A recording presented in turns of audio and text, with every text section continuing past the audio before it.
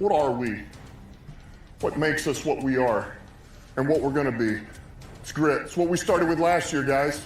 Doesn't matter if you have one ass cheek and 3 toes. I will beat your ass. Can definitely compete with the big dogs. 10-5 end zone touchdown Detroit Lions.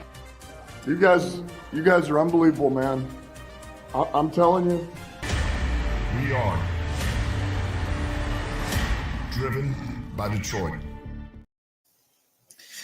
Howdy, everybody, and welcome back to Day 2 live stream coverage of the NFL Draft. I do apologize that obviously I wasn't able to start on time. I wasn't exactly feeling the greatest, and I was also trying to get something to eat to help with me not feeling the greatest.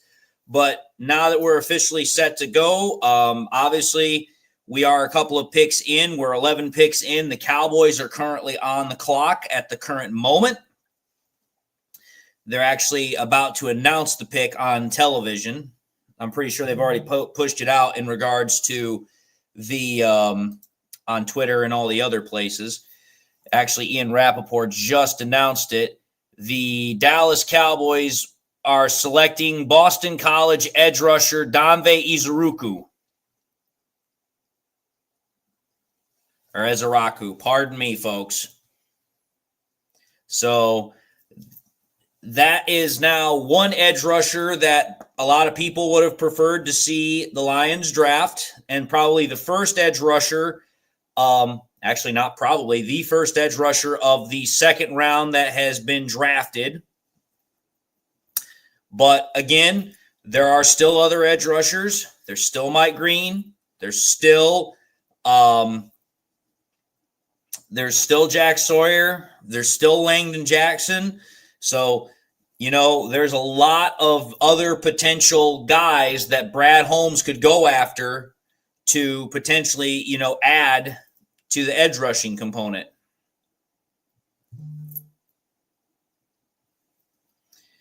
So Dallas has made their selection, which now means the Indianapolis Colts are on the clock with pick number 45. Well, I know I don't think you're going to find too many people here that are Dallas fans, Braylon, but I can understand your frustration.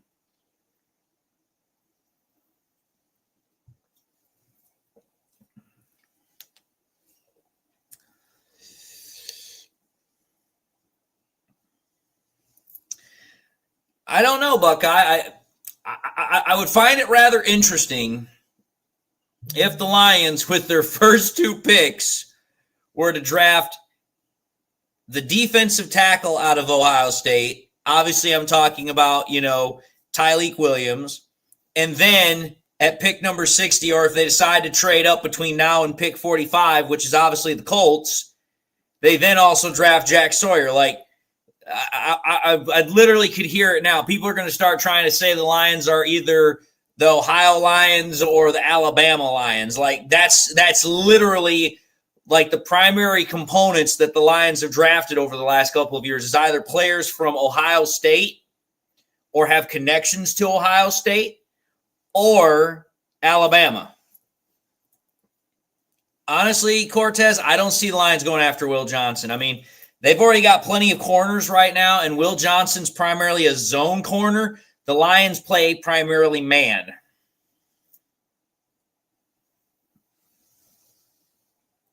Ugh.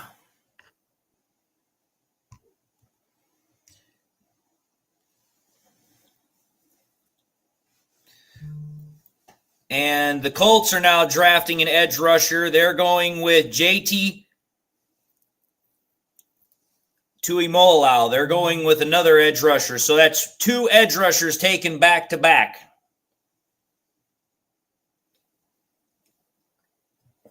So I could see potentially Brad Holmes, if he's wanting to get an edge rusher, this might be the time where he might decide to make a move. But we'll see what he does.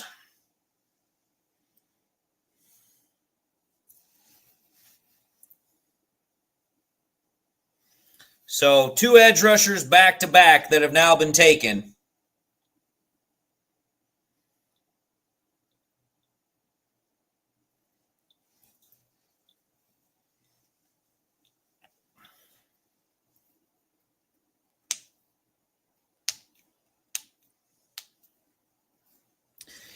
Anyway,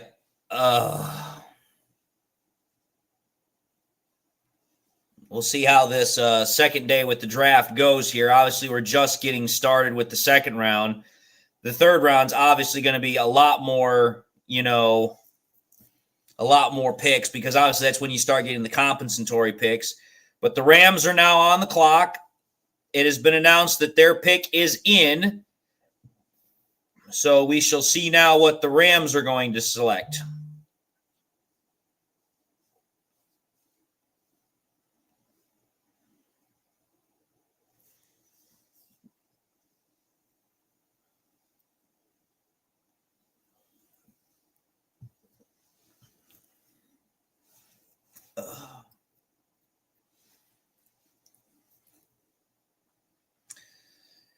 Anyway, obviously I know the draft is, we haven't gotten to our pick just yet, but how's everybody all doing in the comments section? I see we have 223 viewers. Thank you all for the viewership. Definitely means a lot to me.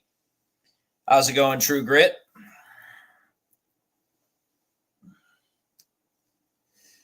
Honestly, MC3, I'll say this. I think Matt Stafford's got maybe another 2 years left, because honestly, when you're talking about quarterbacks, usually by the time they get to that late 30s, early 40s, I mean, that's about when they start running out of go-go juice. That's when the gas tank starts running on empty. Because if you think about it, most of the quarterbacks that I can think of off the top of my head that have played into their late 30s, usually by the time they hit that 37, 38, 39 mark, that's when they really start slowing down. I mean, we've seen it with, obviously Aaron Rodgers, but that's also because of the injury. We saw it with Peyton Manning. I mean, it's just one of those things where it's like at some point you can't play football the same way that you wanted to. I mean, it also happened with Big Ben. So it's one of those things where Matthew Stafford, I think he's only got about 2 more years left.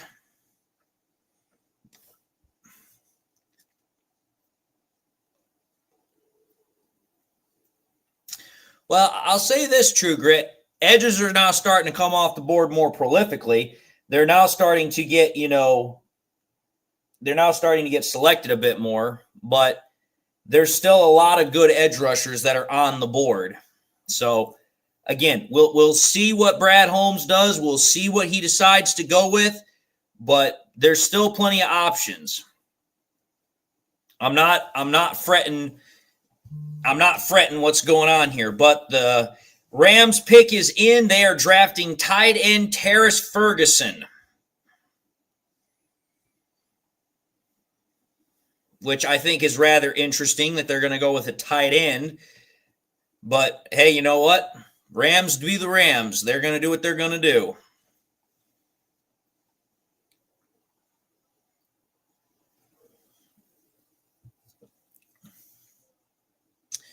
Currently, True Grit, there's not really anything new about Za'Darius, because with Za'Darius, obviously he's with his girlfriend, who is the Detroit-based rapper, hip-hop singer. She's obviously pushing very hard for him to re-sign with the Lions, but so far we haven't heard anything yet about the Lions making a move or any further conversation.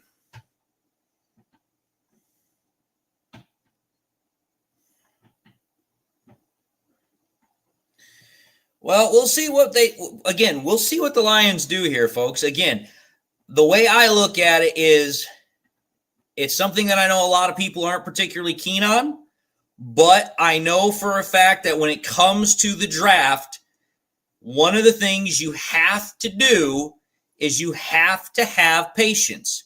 You absolutely have to have patience. And I know that's not something that a lot of Lions fans want to hear. I know it's not something that they, for lack of a better phrase, are particularly good at. But again, you have to have patience if you're going to go into a draft, because sometimes you're going to have to wait before you can actually get what you're looking for.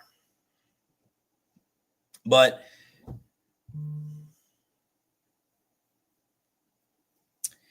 Cortez Vernon says we got to get Mike or Jack before they get taken.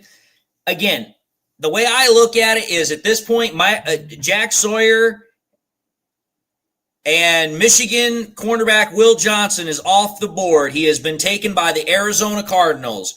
Will Johnson, cornerback from U of M, is going out to the desert to play for the Cardinals. So that is now the Arizona Cardinals pick, which means now the Raiders are going to be on the clock.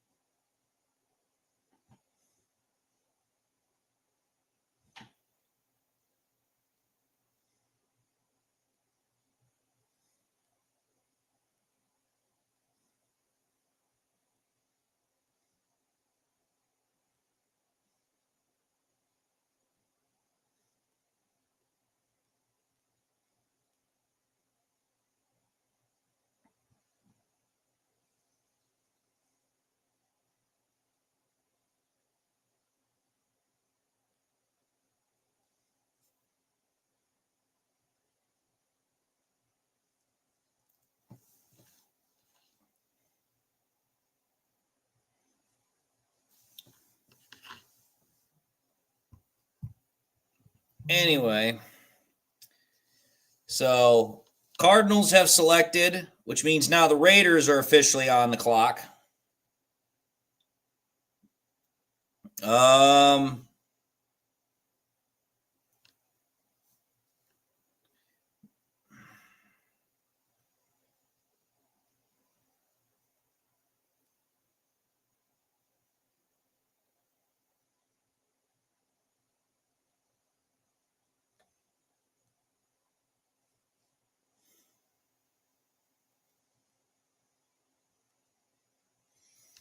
Honestly, JSMV, I don't know who we're drafting. I can tell you who I'd like us to draft at this point. The Raiders have made another trade. The Texans are on the clock at pick number 48.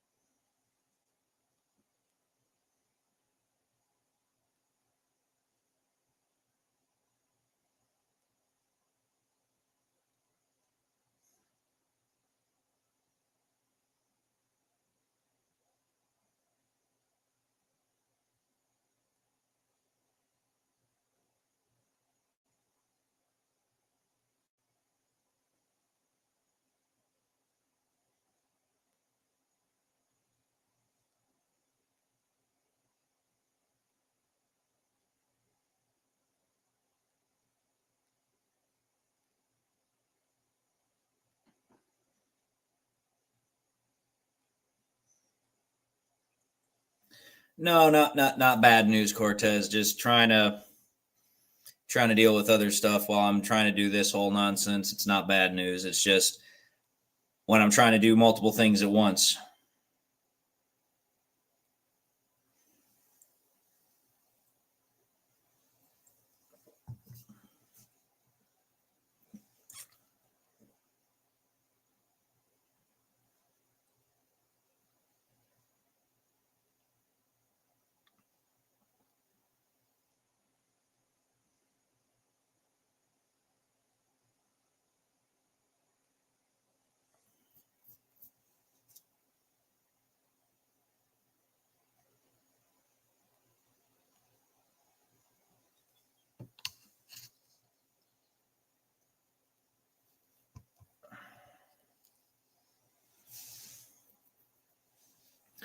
But with the Texans on the clock, I'm kind of curious to see what they're going to do. I don't think the Texans are going to draft an edge rusher. I think they're pretty good on edge rushers. Honestly, I've had this Lions blanket for a long time. I really like it. It's very comfortable, very soft. But like I said, I don't feel too particularly good right now, and the blanket's kind of like a comfort thing for me. So I figured I'd wear it to kind of make me feel a little bit more comfortable while I'm doing this whole thing.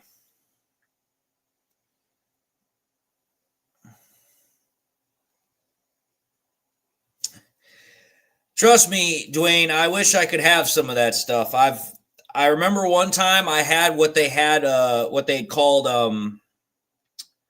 what's it called? It was in that kind of clearish green bottle, and it was called Coke Life. That stuff was actually pretty damn good.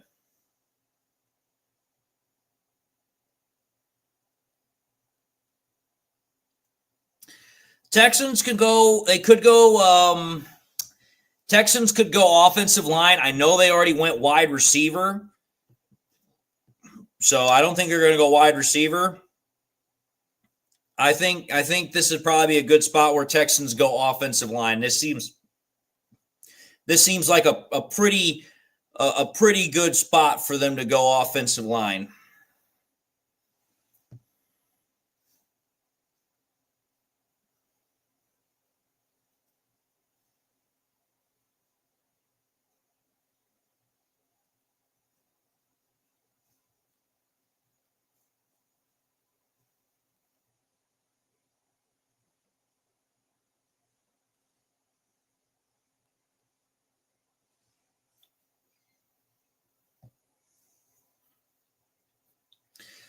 Again, guys, I'm fairly confident that we're going to draft an edge rusher tonight. Now, whether or not we do it at pick 60 or if we move up, whether it's after pick 60, I don't know. All I do know is that, honestly, I think that we're going to get one. Jason, I'll tell you who at this point who I'm holding out for, because originally I wanted – obviously, James Pierce, who wound up going to the Falcons, but with Pierce off the board, I think the best pick for the Lions at this point, if the Lions decide to take him at pick 60, or if they decide to move up, I think the best option would probably be Ohio State edge rusher Jack Sawyer, because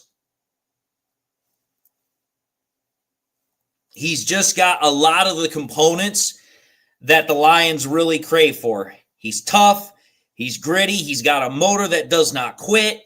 And I just see that kind of dog in him. I see that kind of fight in him. I know some people are not sold on him because they think that I know some people think he's not quite as good as what he's been hyped up to be. I know some people don't think he's got the numbers as far as sack production, but We'll see what the Lions decide to do. They could decide to go a number of ways.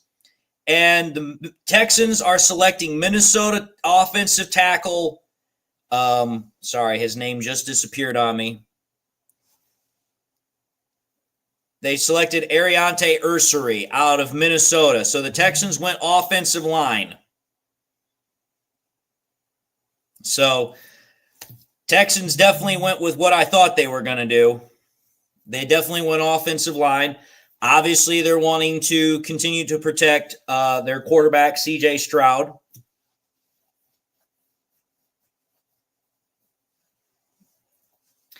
Again, Dwayne, I'm going to say this right now. I thought that when the Lions drafted, when they drafted Williams, when they got him, at first I didn't think it was a bad pick. I honestly didn't think the pick yesterday was a bad pick.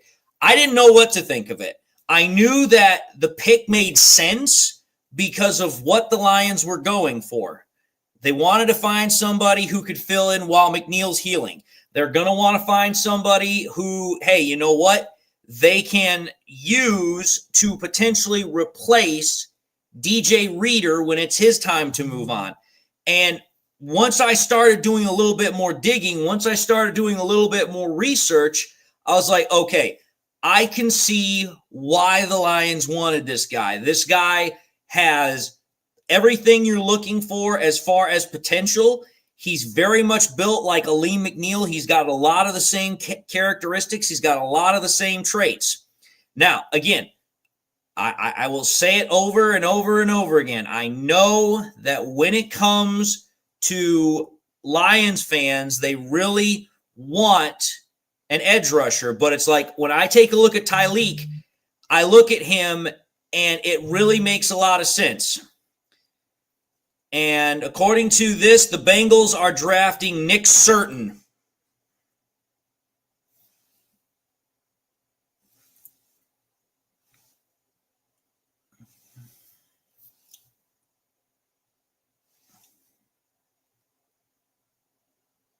Okay, I don't know where I got my information wrong. Pardon me. So Demetrius Knight Jr. to the Bengals.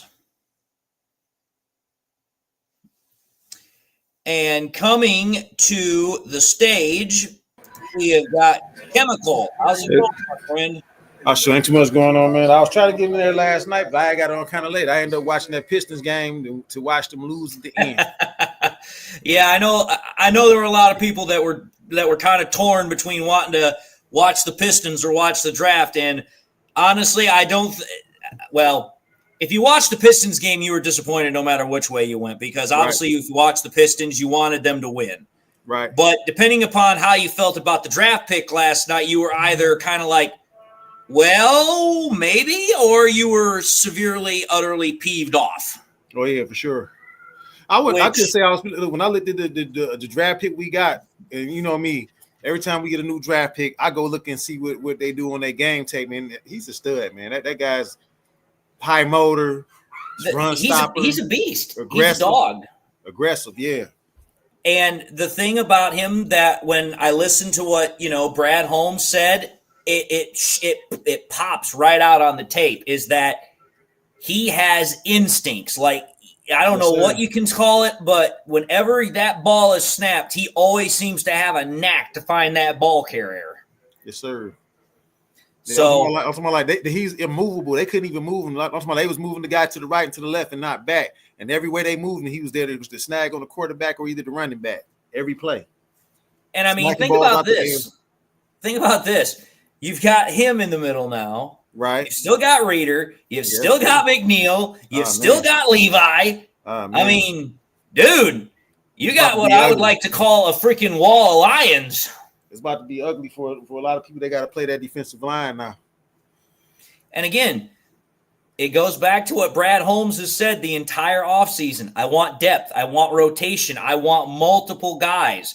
Right. It's not only to protect against injury, but think about it this way. The more guys you have, you can rotate those guys in. You don't have to worry about players getting tired. You don't have to worry about exposing them to as much injury. Right. So I thought the pick was a great thing. I thought it was a good pick.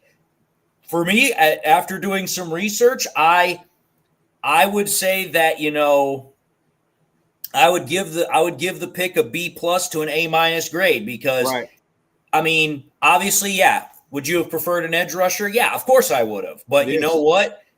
When I take a look at what the pick was, I take a look at what it was for. I take a look at what it's doing for not only the immediate case, but also for the long-term case. Right. I think it's a brilliant move. Yes, sir.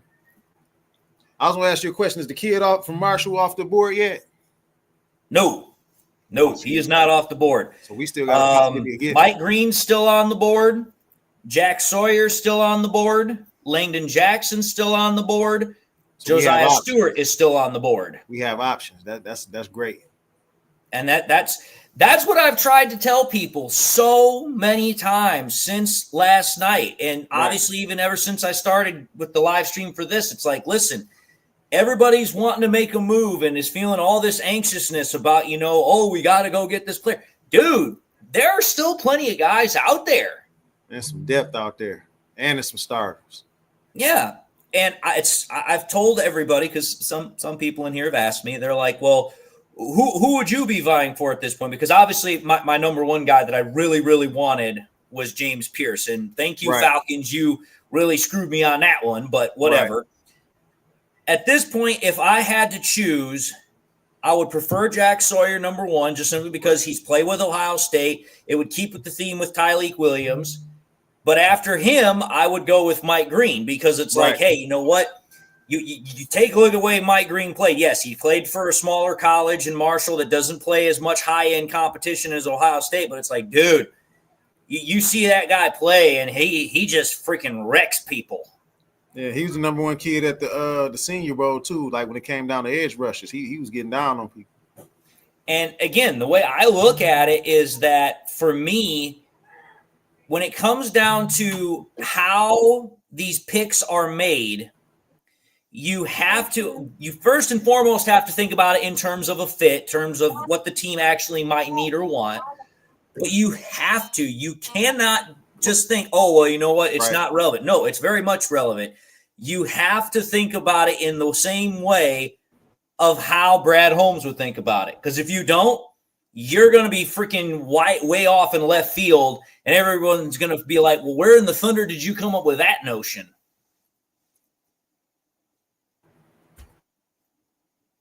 How's it going, Dave? I see you're a new commenter. Nice to see you. And I am, the Carolina Panthers have traded up with the Denver Broncos, who are at pick 51. The Seattle Seahawks are taking Miami tight end Elijah Arroyo. So lots of tight ends going in this second round. Lots of defensive linemen going in the second round. Now, as far as Carolina, again, like I said last night, Carolina has a lot of different needs. Right. So they could go a number of ways here.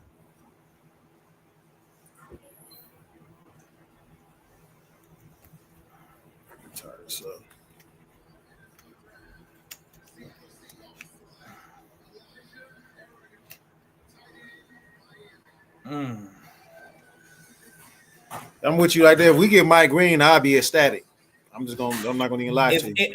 If we get Mike Green or we get Jack Sawyer, again, it's like I said in my video today. It's like, what the hell are you bitching about? Like, seriously, what? That's the part about this whole situation with the edge rushing component that really bugs me is that everybody's like, oh, there's no good options left. Bull crap. There's still plenty of good options. That guy, Elijah Aurora, looks more like a receiver than a tight end the way he's playing. Nice route running, good speed, can get separation. He's more of a receiver than he is a tight end, look like. But he's big, though, that 6.5 feet. Well, I mean, think about it. A lot of people said the same thing about, until you actually saw what, Sam Laporta could do outside of receiving. Mm-hmm. I mean, dude, Sam Laporta, he is a guy that when you have the ball in his hands, he just makes fantastic plays. That's just what he does. Mm-hmm. By the way, folks, obviously I know that. Okay, so hold on here. I just saw this. What the thunder? Matter of fact, hey Dave, give me around about 5 minutes. I gotta get with these kids right quick. I'm about to just pause. I'm gonna mute my camera and everything for a minute. Go ahead. I'll be right back. The Panthers are selecting defensive end Nick Scroton. So Jack Sawyer's still on the board, but it is Scroton who's going, or Scrouton, whatever the thunder you want to call him. So another edge rusher off the board. So I'm telling you, because of all these edge rushers that are now starting to go, I think that this is the time when we're going to see the Lions draft an edge rusher. I'm telling you, this is the time where Brad Holmes would be like, hey, you know what? Things are kind of getting a little bit thin. We need to make a move. I'm thinking this is the time we're going to see the Lions actually draft their edge rusher. I think it's going to be the time. Now, do I know that for 100%? No, I don't. But you know what? I have this feeling about it.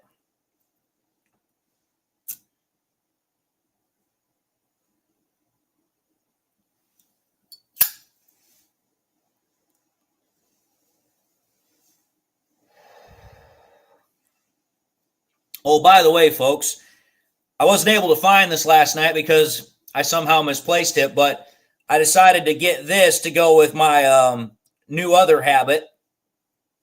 I know Zippo lighters are pretty nice, but when you can represent even in the slightest way, I think it's a pretty good thing to do. Works pretty damn good, too.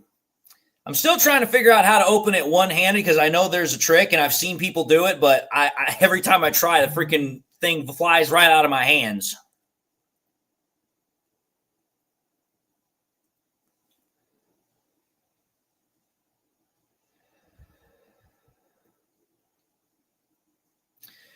Well, think about this, True Grit. They didn't just draft a wide receiver. They've drafted a wide receiver. They've drafted a tight end. The Bears have gone all offense. They have not addressed their defense whatsoever. And think about it. In the entirety of the freaking offseason as far as free agency is concerned, they did the exact same thing. Got all offensive line. Oh, I know how you do it. I know exactly how you do it, True Grit. It's just like this. But every time I do it, it freaking flies out of my hands or I can't do it.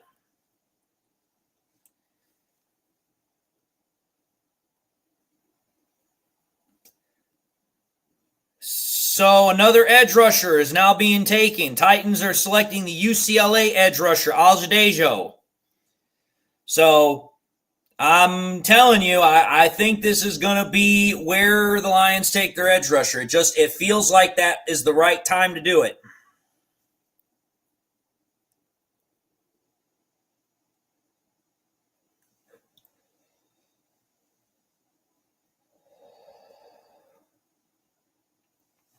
Well, I don't know if I'd go that far, Cortez. I mean, I can understand why you'd feel that way, but I don't think Brad's gonna fill that bill, to be honest with you. But that's just me.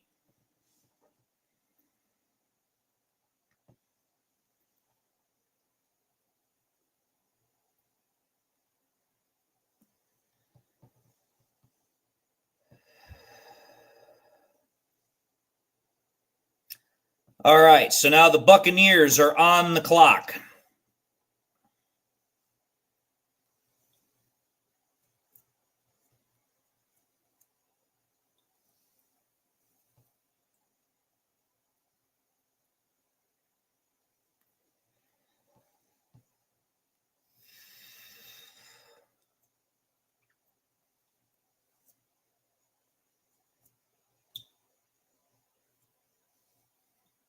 Well, I can understand why your heart's racing. I can understand that, Cortez.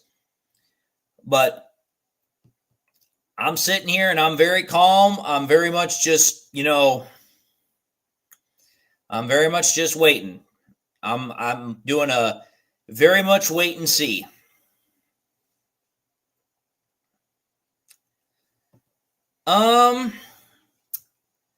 To answer your question, True Grit, I think that it's going to have to depend on how Cam Ward adjusts to the NFL. Because you know what? You can talk about, oh, he's got all this talent. You can talk about he's got all this different stuff or whatever.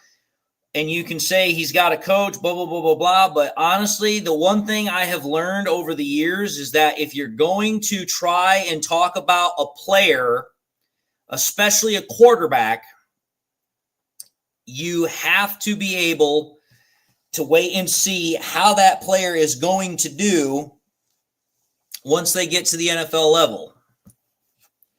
And that's truly the question that I have when it comes to any quarterback. It's like, listen, okay, you can talk about, oh, well, this player does this player does that. Cornerback Benjamin Morrison is going to the Tampa Bay Buccaneers.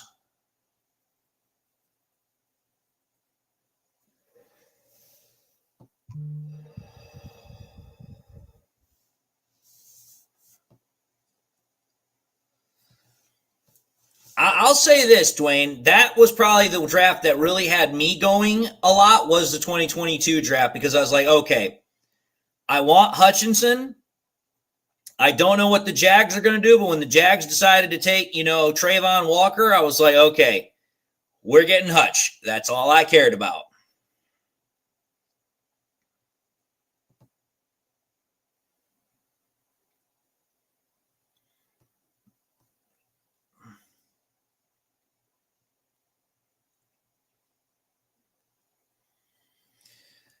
Well, Buckeye, I'm going to say this right now. I don't know how much of that Ohio State-Michigan rivalry is going to go to the NFL because, I mean, let's think about this here. Jordan Love's not from Ohio State. Caleb Williams is not from Ohio State.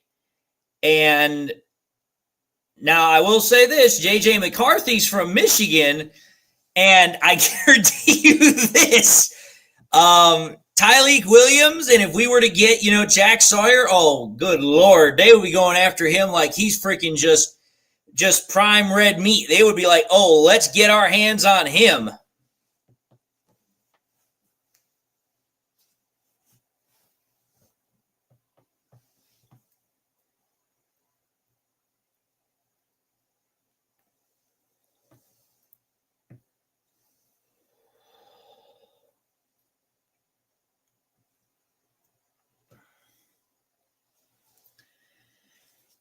Well, I'll say this, Dwayne. I mean, when it comes to the draft, I obviously think that there are certain teams that have pipelines that they really, really like to go for because with the Lions, they seem to like to go after SEC players a lot. They also seem to like to go after Ohio State players a lot. So I really think that when it comes to certain teams, they attack certain pipelines.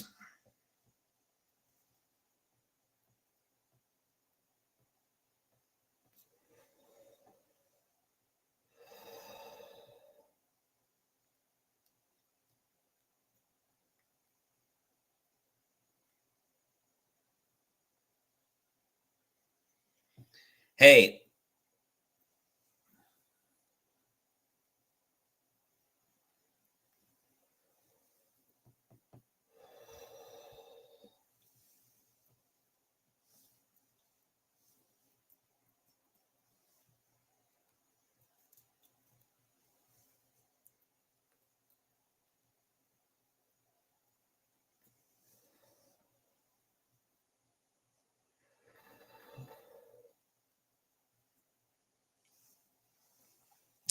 now the Packers are on the clock with pick number 54.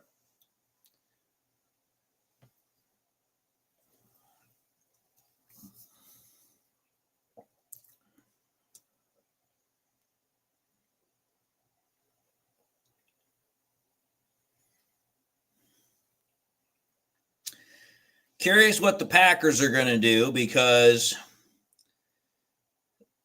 if I recall, what did the Packers pick last night? Was it offensive line? No, they went wide receiver. That's right. They got that one guy, Golden.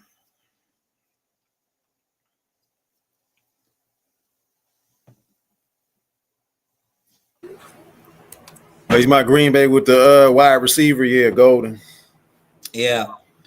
Golden's Packers good. are on the clock, and the Packers pick is in.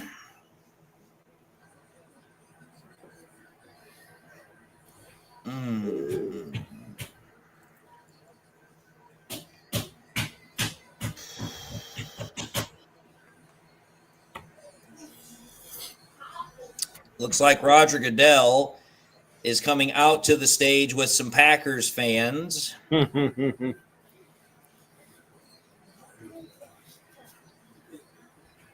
I'll be honest. Obviously, everybody likes to talk about the first round, but honestly, I think where the team building aspect for teams is, it's in these rounds. It's in the second round, the third round, the fourth round. That's where you build your team. Everybody wants to talk about, oh, yeah, who was their first round pick? Yeah, the first round pick, that's the one that gets all the attention, and, justifiably so. But when you're talking about teams that are trying to build through the draft, you have to be able to do so through those mid-round picks. And the Lions, I think, have done very well when it comes to picking in the second round, the third round, the fourth round. Some people might not agree with me on the second round, but it's like, I mean, you take a look at 2023, they got 2 first-round picks in that second round. Levi Onwuzurike has a chance this year to really shine and really, pick himself up as being a great second-round pick for the Lions. So for me, I think there's a really good track record.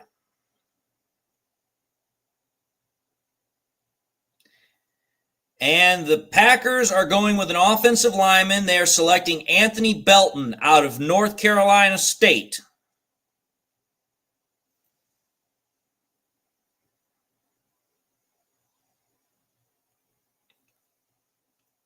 So, the Lions' pick is 5 picks away. I mean, MC, I see what you're saying about Josh Pascal, and I know what you're saying about Josh Pascal as far as him being a dud, but the way I look at it is that, again, sometimes players, they just take time to develop. We've seen flashes from Pascal, but I think part of what works or has not worked with Pascal has been the fact that he's dealt with some, medical concerns. He's dealt with some medical issues, such as, if I recall correctly, he was dealing with some type of cancer when he was in 2022. Obviously, he's dealt with other injuries as well, minor injuries, nothing too severe or crazy. But again, like Brad Holmes has stated, when they draft players, sometimes it's for immediate impact. Other times it's to, give that player a chance to develop and grow. And I think as Josh Pascal has gone along, he has shown glimpses of what that is that the Lions were looking for with him. The Chargers are on the clock, and their pick is in, and they are about to announce what that pick is. Are you going to wear a Milwaukee Brewers hookup? And the Chargers are selecting Mississippi wide receiver Trey Harris. So the Chargers are adding another offensive weapon for Justin Herbert. So 4 picks remain between now and when the Lions select at pick number 60.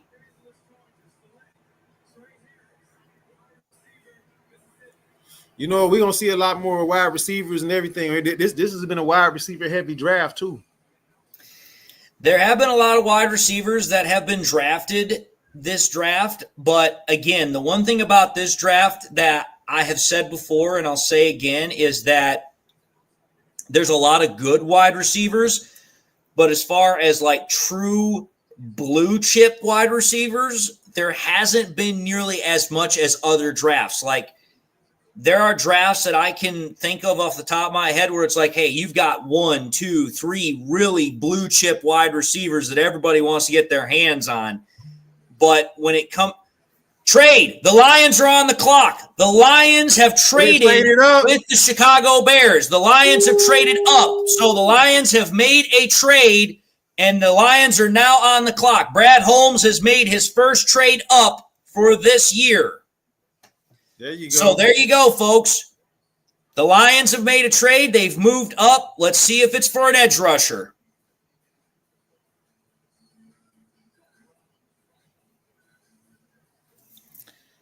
So Brad Holmes and the Lions decide to trade with the Bears.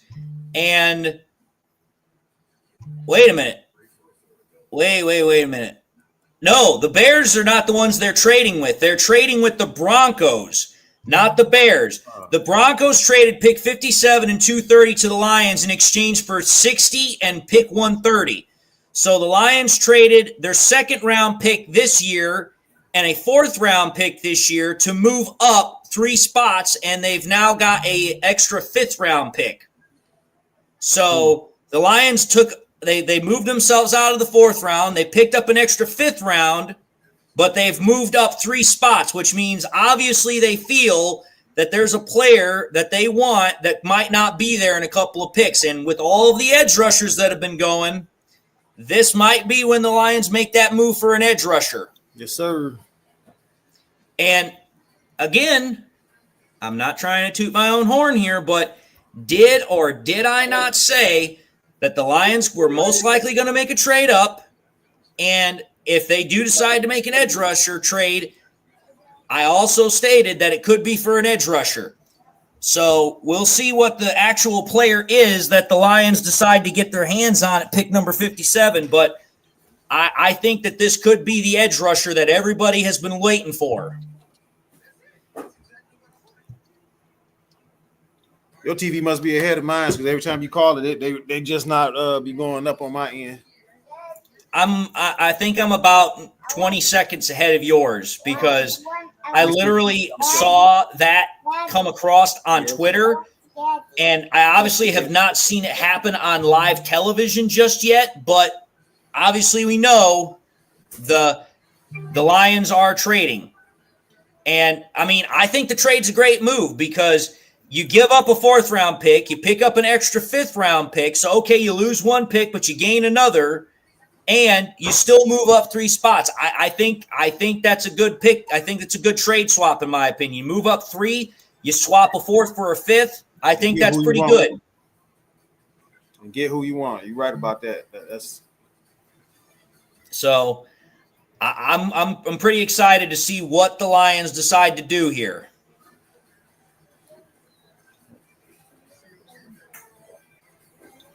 You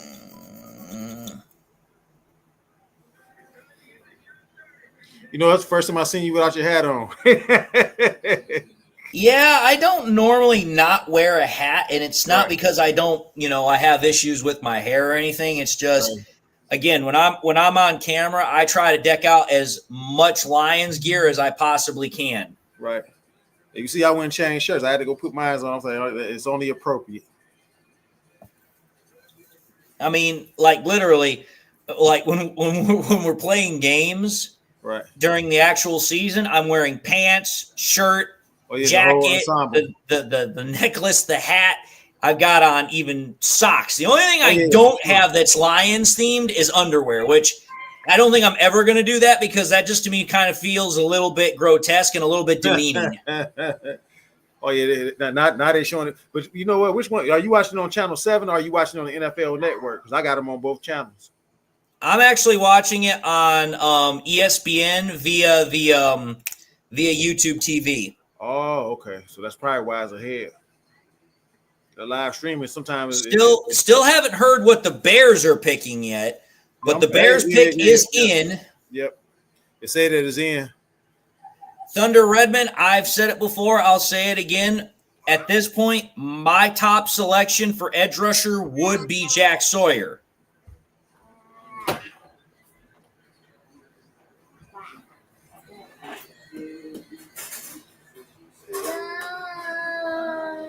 Interesting. The Bears are bringing a WWE superstar.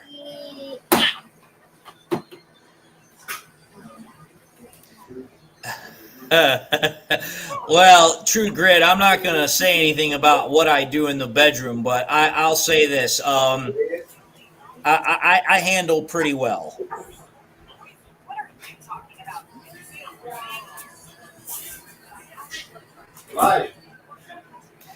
No, the Packers can't be louder than that because, that's right. They only had 125,000 people out on draft night, whereas the Lions had 775,000. They said who the wrestler was. I don't remember who it was. I wasn't paying attention. It's Bears. Whoever that is and that Bears get up a little crazy. Oh, it's Seth Rollins, the 5-time WWE World Champion, which don't mean jack crap when it comes to the WWE because that stuff is staged and freaking scripted like crazy. Mm-hmm.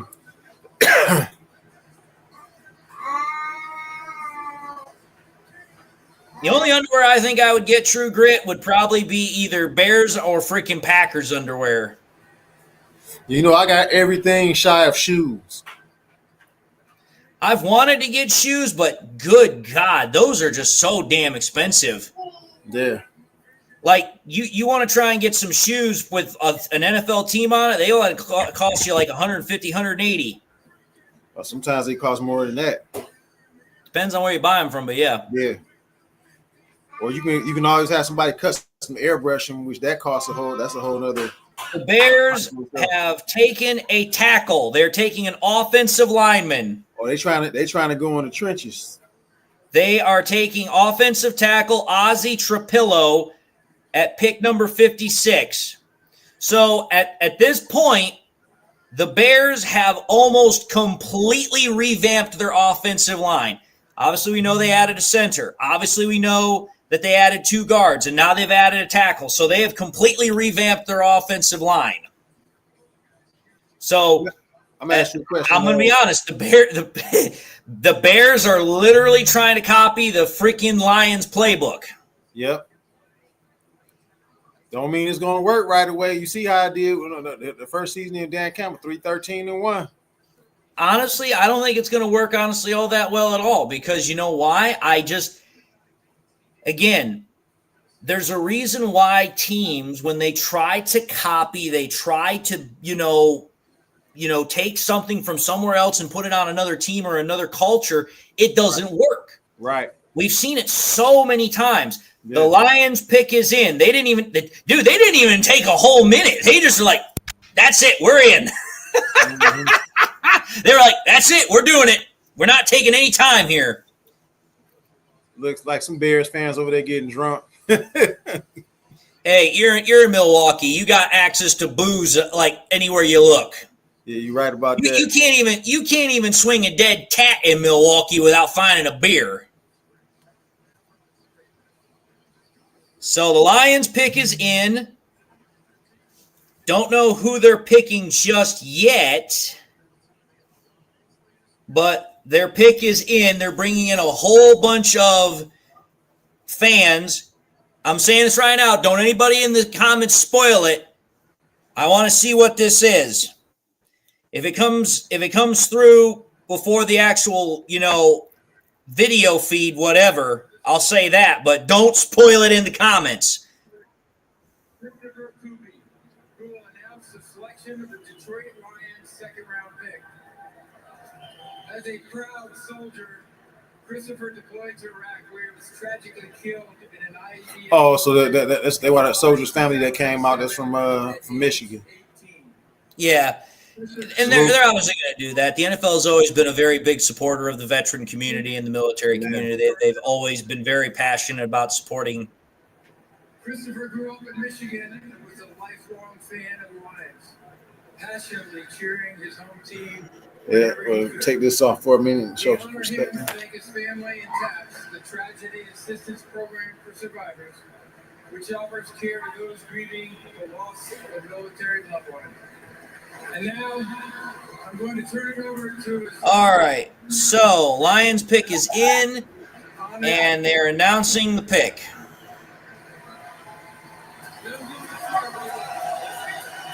I'm actually kind of glad they did it. Now that's giving us a standing ovation. That was kind of appropriate for them to do that. So that way, you know how people feel about Detroit. Wow. The Lions are drafting Georgia offensive lineman Tate Ratledge. So they did not go edge rusher. They went offensive line here. So they're trying to beef up the O-line, possibly. It's a guard, so the Lions are definitely adding more interior offensive line help. Well, Georgia does have some studs on their team. 6'6", 308, excellent angler, position blocker played through injury. Definitely going to have to do some rating and definitely going to have to do some research into this. I'm looking at him right now. But that guy's kind of like a wall right there.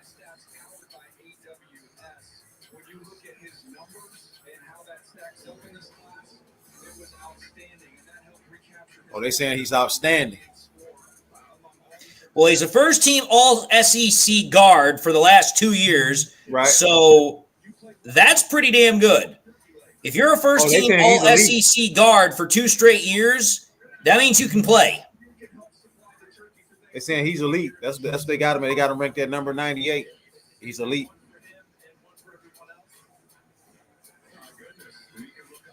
what did I say? HWS. I wonder what that stands for.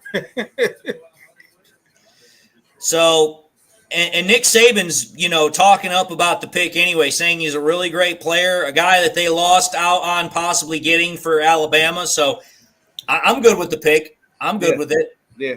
Especially with him being elite. Cindy, I believe that the next pick that the Lions have is pick 102 in the third round. So they got a whiles to go. Let me see where we're at. Because I know we have a compensatory pick because of losing Aaron Glenn, but I don't remember if it's before pick 100 or after pick 100. I'd like to say it's pick 102, though. Okay, Draft Central. And at pick number 58, the Raiders are selecting TCU wide receiver Jack Beck. Oh, yeah, it's at 102. And see, I mean, that was just me guessing. that was me guessing right there. I was like, I think it's 102, but I'm not 100% certain there. It's a SPLC. Isn't that our conspiracy pick? Yes. Yeah, so I see it. So hey. That's the pick that we got for Aaron Glenn becoming the head coach of the New York Jets. Right. Oh, not Beck. Besh. Pardon me.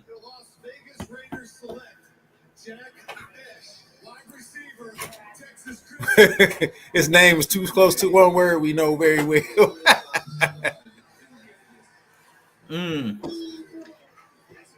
Well, I know this much. I like the pick as far as the fact it adds more competition to the interior offensive line because let's understand something here. The Lions, they've always invested very much in their offensive line. They've always invested very much in their offensive line. And you have to think about it. By getting this guy, Ratledge, you've now got a guy who has proven he can play at a very high level, at a very great job in a very tough conference. And now it's like, okay, he's obviously gonna be competing with what's his name? Mahogany, yeah.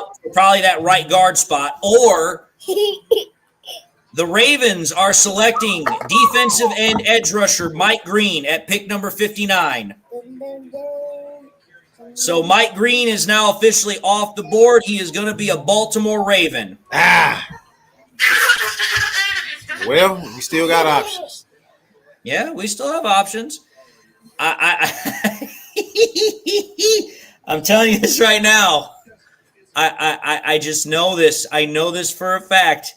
There are Lions fans right now that are just going to be they're going to be like screaming into the dark abyss.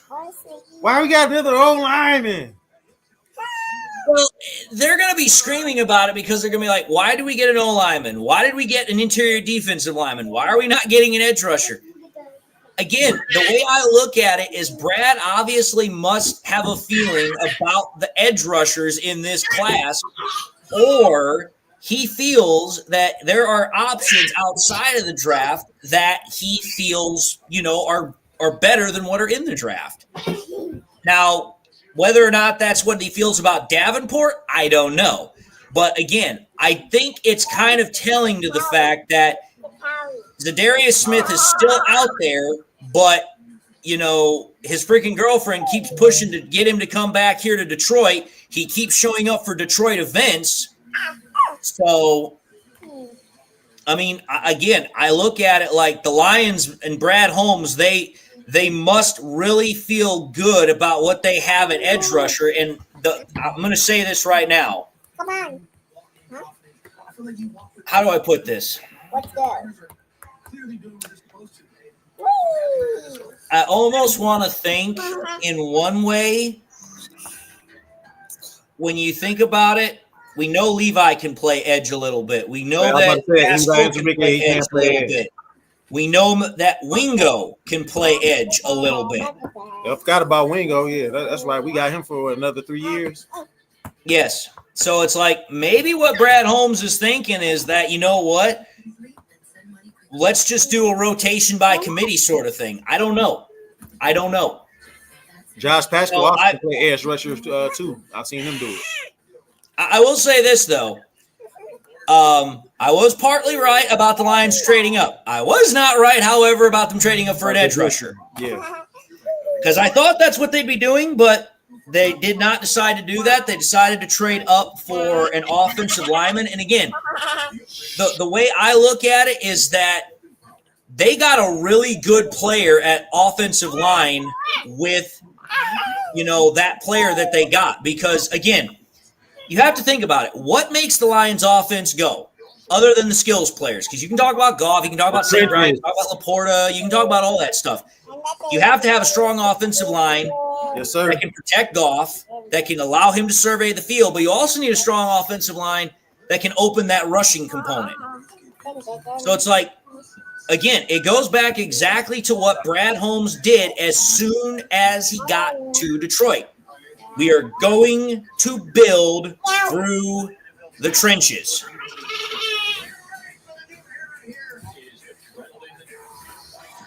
Yeah, we win in the trenches. That's where you start winning at. But with them saying that the guy is elite, that means he could be a starter right off the bat. Well, it's like I said. It's like, dude, you cannot be a first-team All-SEC guy for 2 straight years unless you can play very damn well. Right. And the way I look at it is that, hey, you know what? Everybody wanted to say on our offensive line, the guards positions was the weakest. Okay, so let's think about it. You've now got multiple guys at guard, and you can find who's going to be the best pick, the best guy for that potential role. And in my honest opinion, there's plenty of options because Glasgow, we know, can play both right and left guard. Mahogany can do the same. I don't know about Ratledge just yet, but I would like to suspect that if he's as good as what they're saying with him being an SEC first-team all-player for the last 2 years, he probably could play both left and right guard. But either way, the way I look at it is that, you know what? In Chemical, you can say I'm lying or not, but remember that episode I made about how the Lions could have a controversial draft strategy? And dude, I nailed that. I nailed that so well because it's like very controversial to get another elite O-line. I'm okay with it. He's elite. Well, I mean, dude, it's like everybody wanted to think, oh, it's got to be edge rusher. It's got to be edge rusher. Like they nailed that one so far, it might as well have been 10 feet in the ground, not 6 feet. Right. But it's like, dude, it's like you're talking about a player that fits the Lions as far as his versatility, but also in the fact that, you know, he comes from a good school in the SEC, very competitive, very good program. I mean, you just have to trust with what Holmes is doing. Yes, sir. You cannot say, and I literally said this in the episode today, and again, I'll once again reaffirm it here. You can't say, oh, let Holmes cook, let him cook, and after 4 years of cooking, then all of a sudden say, oh, well, we don't like the ingredients now. Wait a minute here. How's that work? You've trusted him as your cook and, you know, whatever for the last 4 years.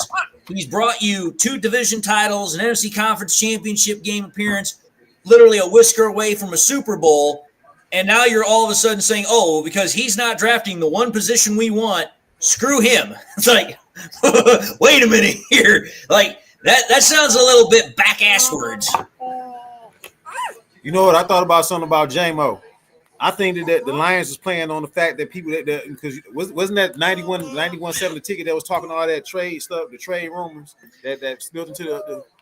That's why whenever I hear about rumors, right, I instantly, for the most part, shut them down because 99% of the time, anytime there's a rumor, it almost never pans out, especially with the Lions. Right. And it literally happened with the post-first round draft press conference with Brad Holmes. He's like, yeah, we never, ever considered or had a conversation about trading J-Mo. Right. So it's like everybody wanted to make this big thing about him unfollowing the Lions on Instagram. And it's like, dude, that could have been for any damn reason. But it's like, dude, do you honestly think he would show up to freaking off-season workouts with a smile on his face from ear to ear if the Lions were trading him? If they were even thinking about trading him? You know what? I thought about something because one of my clients that came into the shop today told me that J-Mo never followed the Lions in the first place. That's what he told me. I said, "Are you serious?" He said, "Yeah." He said people made all that big issue about him not unfollowing the Lions. They said he never followed the Lions. I said, "Wow." The way I look at it is, this is part of the reason why I'm very much happy about the fact that the offseason, for the most part, is now pretty much over. Yeah. It's like once the draft is here, the offseason's done. Right. Now it's like, okay, now you're moving on to spring workouts. You're moving on to offseason workouts. You're moving to OTAs. You're moving to all this other crap. The offseason's pretty much done. Now we're actually starting to get into the real news nonsense again. So for me, it's like I'm glad that it's done with, because it's like, okay, the idea of these rumor nonsense is going to be done. Oh, that might explain why the Lions didn't want to go after Mike Green. Hold on a second. Apparently, there were 2 allegations of sexual assault against Mike Green. Ouch. That's not. There's no way the Lions are going to draft a player with that on his record. Ain't no way. So that would explain why they wouldn't go after Mike Green. And it would probably also explain why a lot of other people wouldn't go after Mike Green, because it's like, listen, I mean, let's think about it, folks. With all the nonsense that's now coming out with all these different, sexual things, just to keep it, somewhat adult, but at the same time also to where it's not going to get me into some, potentially hard water area. It's like, listen, there's the stuff that's now come out about, Shannon Sharp. There's obviously the stuff that came out. Huh? I will tell you something, Dave. People forget that the Lions are big on stuff like that because the Ford family, the women in the Ford family runs a battered women's shelter and things of that nature. So that wasn't going to fly. Oh, I know. Again, that's what I'm trying to say here. It's like, listen, the Lions do not want players that have potential character concerns. Because think about it. Go back to, what was it, 2022, 2023, when there was all that conversation about the freaking issues with Jalen Carter. Oh, yeah, for sure. It's like, listen, if there's even a remote hint about character concerns, and I'm not talking like, oh, well, he's not a hard worker, this, that, or the other thing, or he has an attitude. It's like, listen, that you can figure out very quickly when you actually have a conversation with the guy. But think about it. Jalen Carter, there was the whole issue about the freaking accident, the car, the driving. Mike Green, the sexual assaults that have been reported against him as far as the allegations. It's like, listen, nasty. They do not mess with that stuff. Yeah, not at all. They view that stuff as toxic, and they go run in the opposite direction as fast as possible. They want guys that are good players, high work ethic, but the one box that every single Lions player that Brad Holmes and Dan Campbell have ever drafted, high character. They have to have high football character. Now, what was the name of the corner that we just got rid of for beating on his baby moms? The one that you know what I'm talking about. Oh yeah, I know who you're talking about. You're talking about the cornerback that we signed to a 3-year deal from the Steelers. Yeah, and then he turned around and had that happen, and he went to the Steelers. Yeah, and think about it. As soon as that news came out, I think it was like the next day or the day after that, right. Lions instantly cut him. Yes, they were just like, nope, we're done. No, it's not Mosley. It's not Mosley. Mosley. No, not Mosley. No, it's not Mosley. It's not Mosley. Guy's name. Sutton. Cam Sutton. But you know what's crazy though? They had been talked to him 2 weeks before he even came out in the news. They told him to go turn himself in and that they was going to help him out with it. He didn't do that. He went on a run. Well, he went and hid. Whatever that was, he did. Yeah, he went on the run, and then eventually he wound up turning himself in. I think it was like in some weird-ass place of all things. Right. But it's like, dude, again, you take a look at every single player that the Lions have drafted since Holmes and Campbell took over. They want players that absolutely have high character. They do not want players that have a tendency or have proven to be players that are going to cause problems. I think that's the reason why 97 Tickets talks about J-Mo so bad, because the situations with him being suspended for the gambling, then the whole thing, but the gun thing was thrown out.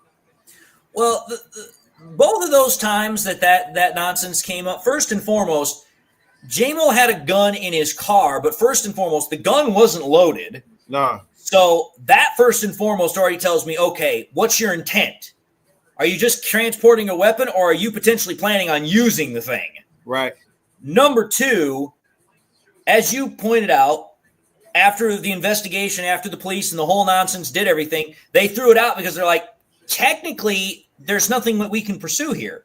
So It's like, if the law themselves are not going to pursue it, then what the hell are you making a big case about? Right. And then if you want to talk about the gambling suspension, go back to when that happened. That happened after the NFL had implemented those new rules on gambling. Right. And they literally were so vague with the rules. There was a survey that came out that like 90% of the league did not understand the rules. The only team that understood the rules was the Raiders, which, go figure. They're in Vegas. Exactly. So they know everything about gambling. It's like, we know exactly what we can't and can do. Right. So it's like, after all those players got busted because of, this gambling, that gambling, the NFL, once they figured out that the NFL players had not been properly educated, they had to go back out and they had to re-educate them because they realized that they didn't do a good job the first time. Yes, and so when everybody wants to make this big to-do about, J-Mo this, J-Mo that, it's like, dude, you're making a big to-do about stuff that in the grand scheme of things, it don't mean jack diddly crap. Right.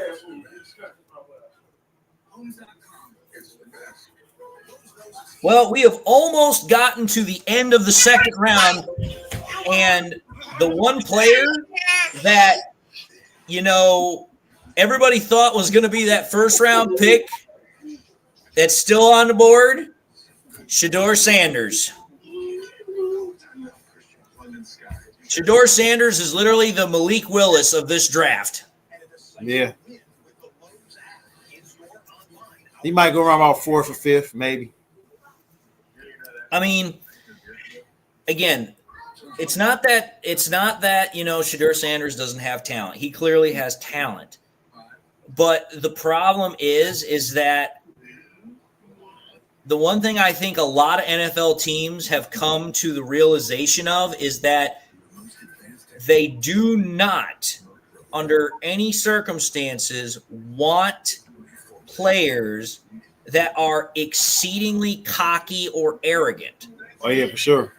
Because think about it. If you're going to be a cocky player, you're going to be an arrogant player or whatever, it's like, okay, teams will, tolerate that to a certain extent, but you have to have a track record of playing at such a high level to where you can back it up. It's like, dude, he got traits of his dad in him. Well, he definitely got his dad in him. And I guarantee you his dad has egged it on a bit. Yeah. But the problem is that Shedeur Sanders ain't his daddy. No, he's not. And the problem also is that it's like, listen, you play a position, quarterback, which already is a prima donna position, number one. You've already got this hero complex which only inflates that ego. Right. And you're coming in and you have all of these scouts, you have all of these different high executives that are saying that every time he interviewed with teams, he came off as this cocky, arrogant dude. And it's like, listen, that turns people off. Like, you can talk about talent all you want, but that will turn people off instantaneously. That's why teams want guys that are humble. They want guys that are team-oriented. They want guys that are not about self. They're about the collective. Yes, sir. And that's, I think, what has really hurt Shedeur Sanders is that He thought that he could have the same thought and mind process that he had with his dad at Colorado. And it's like, dude, that process, that thought process, it's not going to work in the NFL. Because it's like, listen, we've seen so many times, especially with the quarterback position, where a guy comes in, thinks he's the shit, thinks he's going to do this, that, or the other thing, and then as soon as he comes in, he doesn't do anything. He turns out to be the biggest bust of them all. Perfect example that I can think of off the top of my head would be a guy like, I don't know, Ryan Leaf.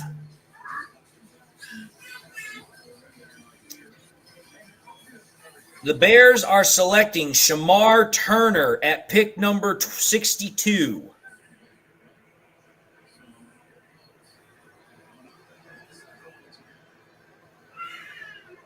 Hey, TM Martin, let 47 call out the NFL teams for snubbing Sanders. It's like, dude, the NFL teams are going to do what they're going to do. And it's like, listen, it would be one thing if it was one team.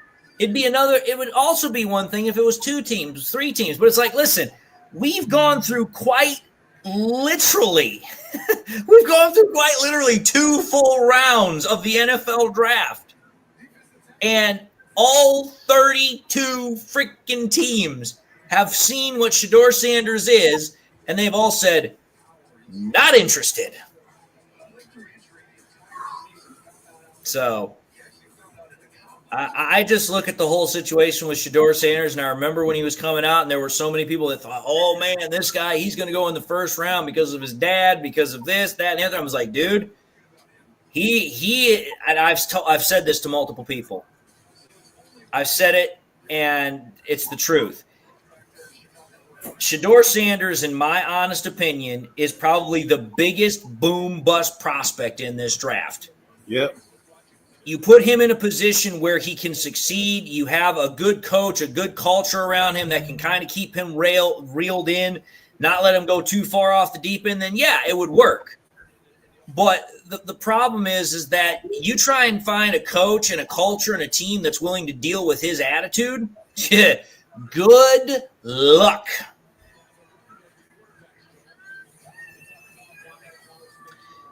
The Chiefs are now on the clock, and they are going to end out. Well, they're going to be the second to ending out of the second-round pick here. Obviously, the Eagles are after them. But there ain't no way the Eagles are drafting Shedeur Sanders. There ain't no way the Chiefs are. Right. So 2 full rounds, and Shedeur Sanders is probably sitting back at his house with his – he's probably sitting back there at the house with his daddy, and he's probably crying crocodile tears.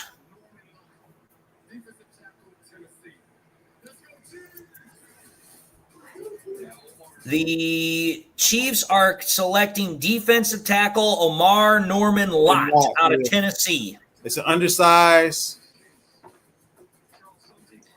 So it's pretty much he models his game after undersized defensive linemen like Geno Atkins and Aaron Donald. I was about to say Aaron Donald. I was just about to say. But I'm going to say this. There's a reason why there's only one Aaron Donald. Yeah.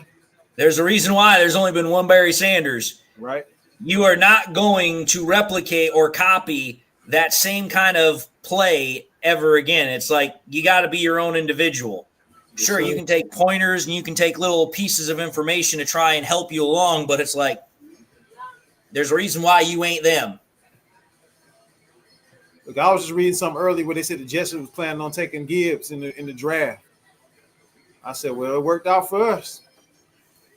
Well, the way I look at it is you take a look at all the picks that we've gotten where, players have kind of fallen in our lap. Right. Either by design or, it was totally, by the grace of God. Yes, sir. Whether it was Sewell, whether it was Hutch, whether it was Gibbs, it's like, listen, those players fell to us for a reason. Yes, sir. And it's not because they weren't good players. I believe that it was, 1, the design of the draft. I believe, 2, it was other people making bad informed decisions. And 3, I feel that it was, Sometimes you just got to be in the right place at the right time. Indeed. So we're about to see what happens here with the Eagles, because the Eagles are about to draft their pick, and then we will officially be done with the second round, and we will be moving into the third round.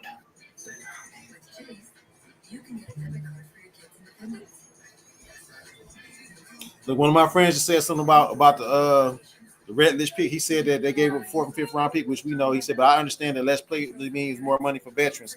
So that's why I said I could see Zadarius Smith coming back based on that. Well, the way I look at it is this, and I've said this before, right, and I'll say it again. Right.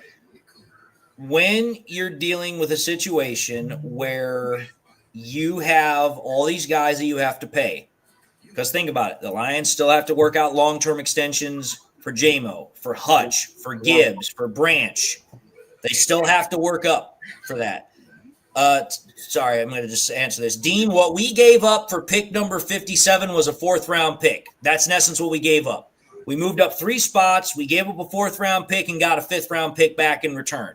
That's in essence what we got, or a 6th-round pick, one or the other. So not a bad trade at all, especially to get a 2-time first-team All-SEC guard, which I am more than happy with. Oh, yeah, for sure. It's not an edge rusher, but it's like, you know what?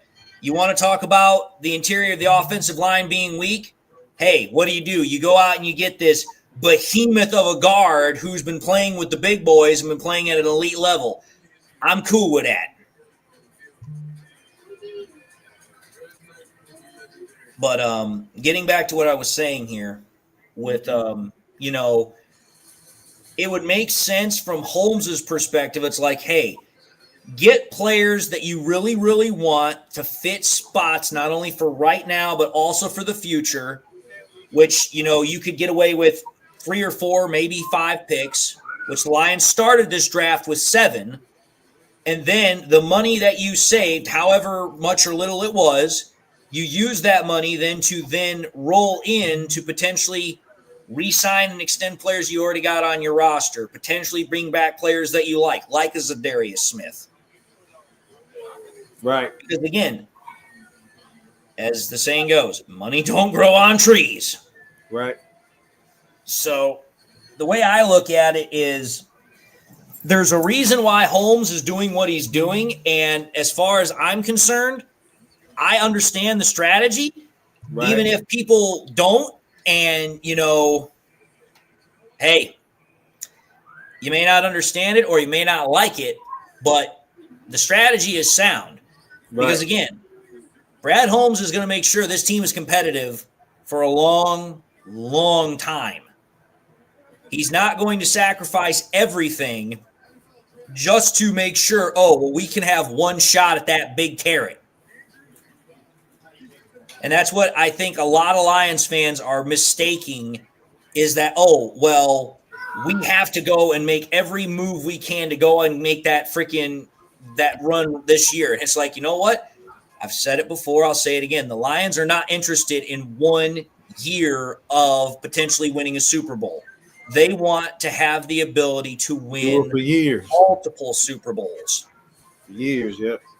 And again, some people don't like that, but you have to think about it.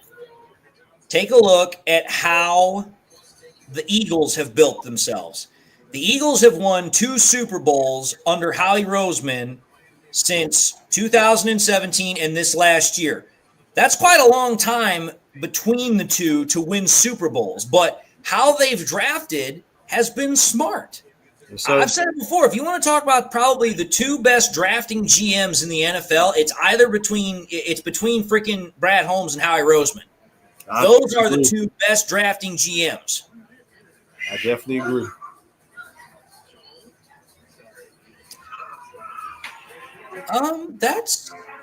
That's actually a pretty good question, Hokey Doo. I don't know.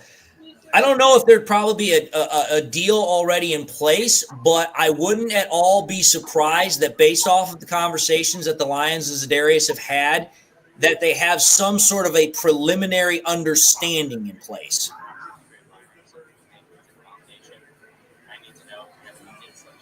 Bad habits, you don't know that. You don't know that guy was going to be there at pick 60. Think about it. I'm just going to point this out here. Point this out here. Who remembers watching Tyleek Williams' introductory press conference, and he literally said that the Bills were thinking about drafting him at pick number 30? Yeah. Everybody wanted to say that, the Lions could have gotten Tyleek Williams in the second round. No, they couldn't have, because the Bills could have taken him right there at pick 30. Bad habits, if you don't like what I got to say, there's the door. Mm-hmm. You might think that I'm full of it, but I'm just going to remind you, I was right about the fact that the Lions were going to have a controversial draft process this year.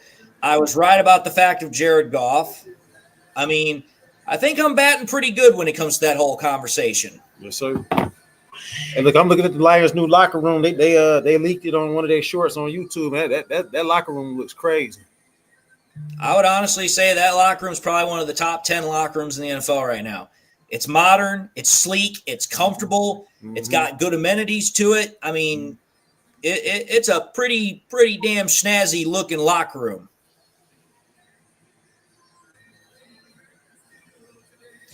But I'm gonna say this. Now that the second round is over, the third round is beginning. Right. We'll see what Brad Holmes does here. He's already made one trade. Let's see if he Maybe he decides to make another. Because you have to think about it. Technically, the Lions now at this point, they're dealing with house money. They didn't have this third round pick. This was given to them. So if you decide to move up with it, you're using house money to go and get somebody that you potentially didn't have in the first place. Right. Okay, bad habits. See ya. I don't need your bad habits. Ha.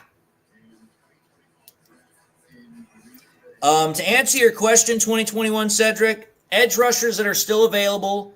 Jack Sawyer is still available. Right.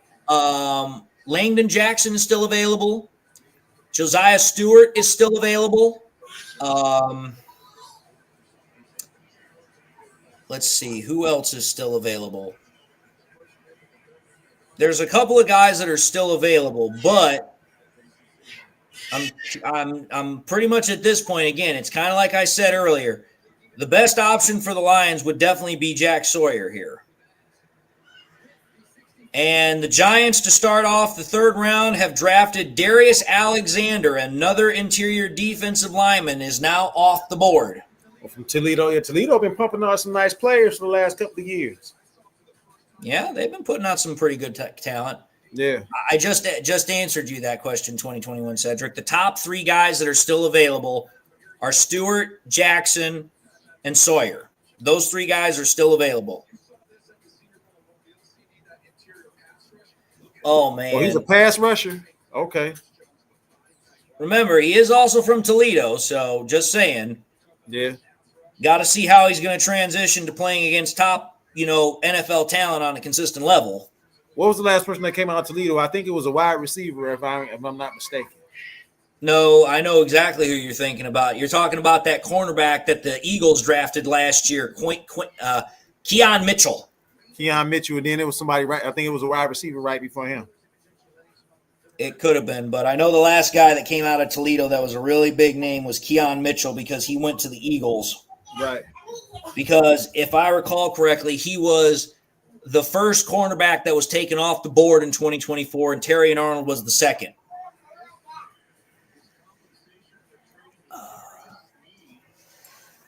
Damn. Oh, wow. Chiefs are on the clock, and they just took edge rusher Aston Gillette out of Louisville.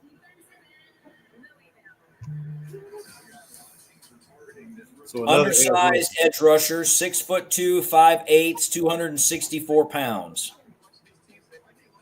11 sacks, pull and move.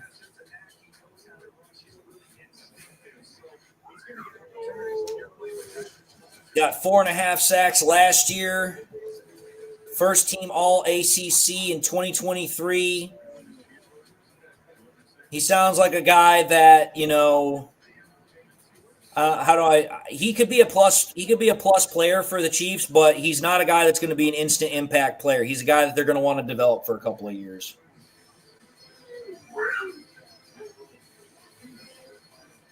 True Grit, that's not necessarily true. We might not have to wait another full hour. Again, I've said it before. I will say it again. This is when Brad Holmes makes moves.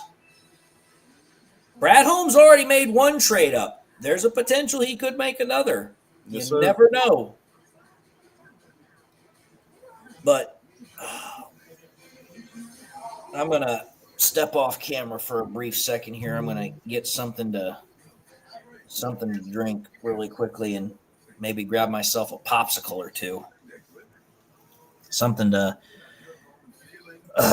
lubricate the old windpipe, because when you've been talking for an hour and a half, it kind of gets Somebody will give me something to drink as well. Hold on a second. Yep, got to get something to keep the windpipe from being scratchy.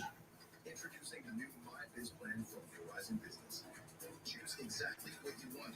Pay only for what you need. When you're in control of your mobile plan, you can make every dollar count. Right now, get our best price as low as $25 a line, guaranteed for 3 years. MyBiz plan only from Verizon Business. Daddy. Can't legally say Holmes.com is the best. Well, how can we not say it? It's that's our name. Daddy. Yes. Yes. That's so good. Holmes.com is the best. If you keep making that face, it's gonna stay like that. Funny. I'm trying to get my own car insurance. Well, that's easy. USA Air I thought that was for the military. and their families. Grandpa served, and he joined USAA. He shared membership with your mom, so she'll give it to you. Really? And they'll take good care of you. USAA. Members who switch save an average of $725 annually on auto insurance.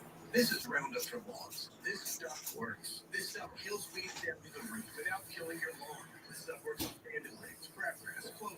This stuff works for up to 3 months. This stuff works guaranteed or your money back. This stuff works on big lawns, small lawns, and I guess you can call it lawn lawns. This stuff works without killing your lawn. This stuff works without killing your weekend. This stuff works for the rookies and the seasoned pros. This stuff works in Knoxville, Bronxville, Rockville, Marysville. This is Roundup for lawns. This stuff works. Hold on a second.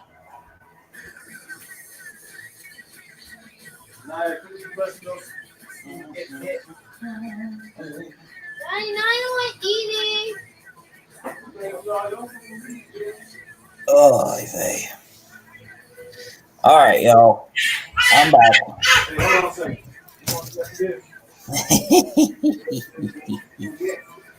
Oh.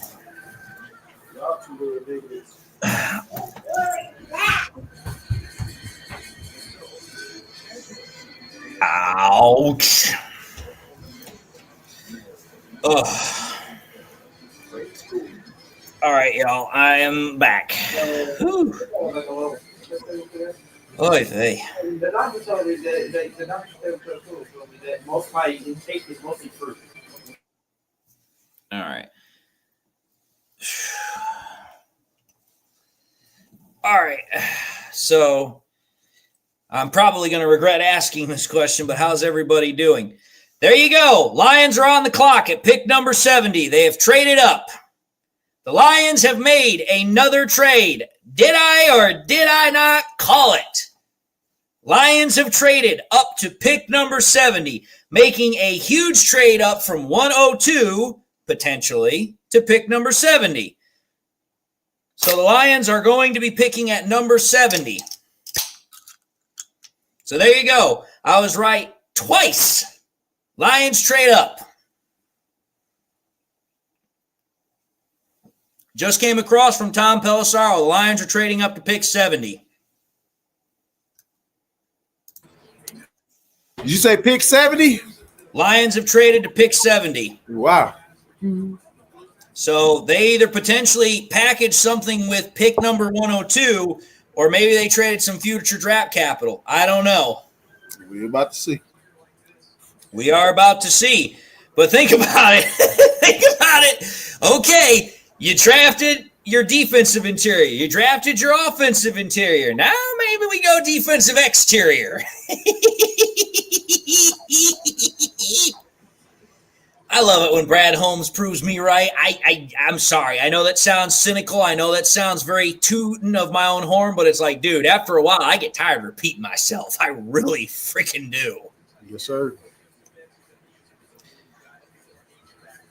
I think an edge rusher could be coming. I told you guys, I think an edge rusher is going to come today. But you know what? I didn't know when it was going to happen. And it is official that the Lions are picking at number 70 because I can see the draft tracker here on the ESPN stream. And at 68 is the Raiders, at 69 is the Patriots, and at number 70 is Detroit. So the Lions are picking at number 70. So we are about to find out, probably number one, what the trade compensation was for the Lions to move up to pick 70. And obviously, we're going to find out what they're doing at pick 70. And we're also going to find out if the Lions are going to be picking it any more tonight. Which, if not, I'll probably hang out and talk a little bit more before I actually, start doing some research for the videos that I'm obviously going to do for whoever their other pick's going to be. But, I mean, one of them things, man. One of them things. That's kind of a tall corner right there. 6'2", 7'8", makes you 6'3". I mean, we've seen some tall corners. I mean, Iffy Malafano was a tall corner, and then he transitioned to safety, so you never know. Yeah, I think Iffy, I think 6'3". Wait a minute. He was a big damn corner. So I'm gonna ask you a question. Do you think we're gonna take a safety in the draft since Iffy had went to Miami? I think we might take one later on, but again, I think with the Lions trading up to 70, yes, Cortez Vernon, Jack Sawyer is still on the board. So is Josiah Stewart. Braylon, I already announced that the Lions traded up to pick 70 about 3 or 4 minutes ago. Yeah.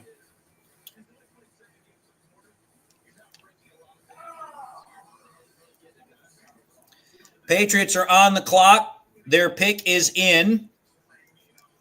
You're okay, Braylon. I was just simply saying, I already made that announcement, and everybody's already like, ooh, who are you going to get? What did we give up? You know what's crazy? I see Braylon. You know what? If you see Look at that. Yeah, I'm looking at the green screen. That's what I said. It's looking like it's. Wow, well, that's because right now I've got a green popsicle in my hand, and I'm like, okay. It looks like I got freaking. I'm eating the screen. Yeah, that's what I was about to say. I'm looking like, wow. So that's green, huh? Hey, let you know at least the color green works here. Yes, sir. Oh, that's where John Cena's from. He's from Boston. Yep. The Raiders selected a cornerback. Don't really give a crap. Right. Want to see who the Patriots are selecting. Do.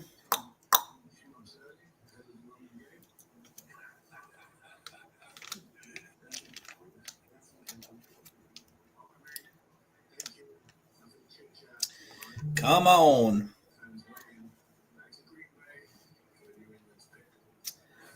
The Patriots are selecting wide receiver Kyle Williams. Looks like he is coming out of Washington State. He's been wide receiver heavy this year. They feel like they got to get weapons for Drake May. Oh, yeah, for sure. Well, Cindy, the reason why it looks blue to you is because right here, which is left of it, it was a green popsicle.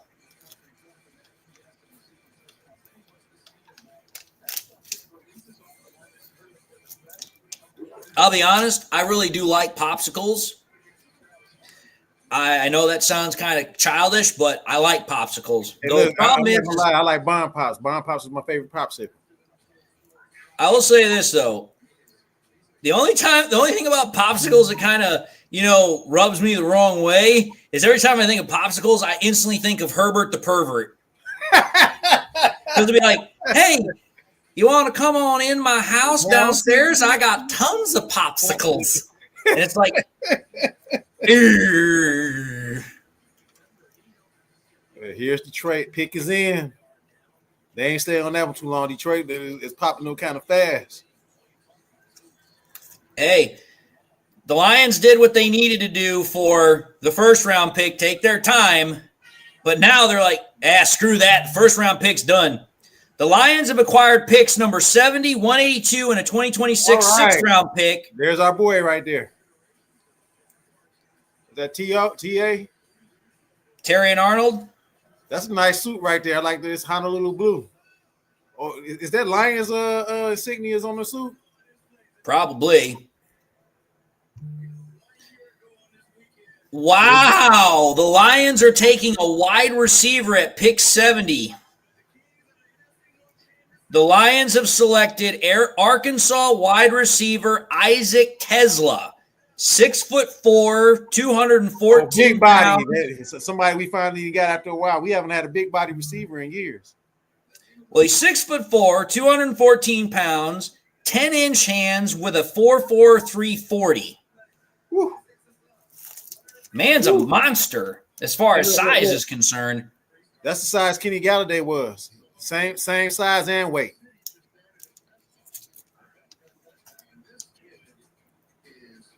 Now, wait a minute here. I got to see what the Lions got for all this. Dag nabbit, you stupid phone. You know what? I just seen his wingspan, like how he caught one in the bucket and brought it and ran right into it. He's a possessions catcher. Well, the Lions got another weapon for Goff. Yes, sir. I know the pass rusher fans are, dude, I'm sorry. I'm friends with Derek from Lions Syndicate, but I'm sure by now he is tearing out what hair he has left. Oh, yeah, Derek goes crazy. Derek goes crazy.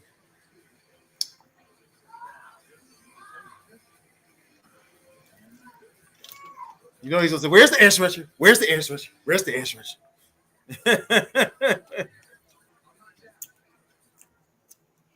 I can hear him right now. Like I said, I'm friends with Derek.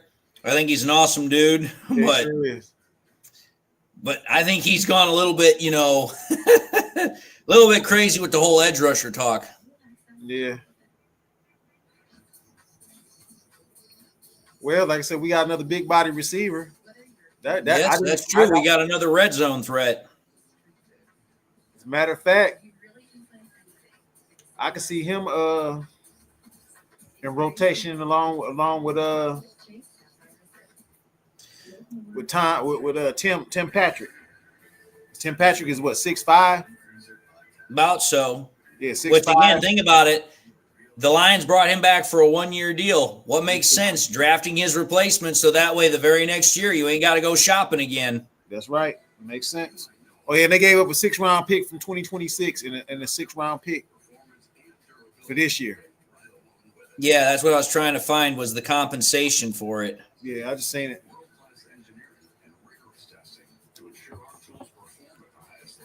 That was our compensatory pick, right? Yes.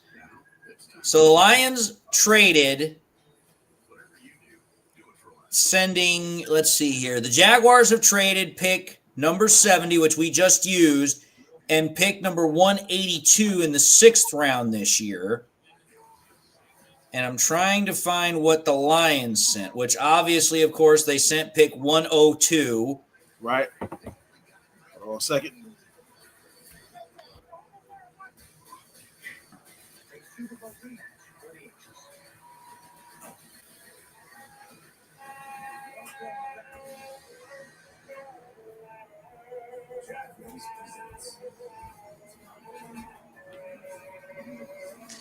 Okay.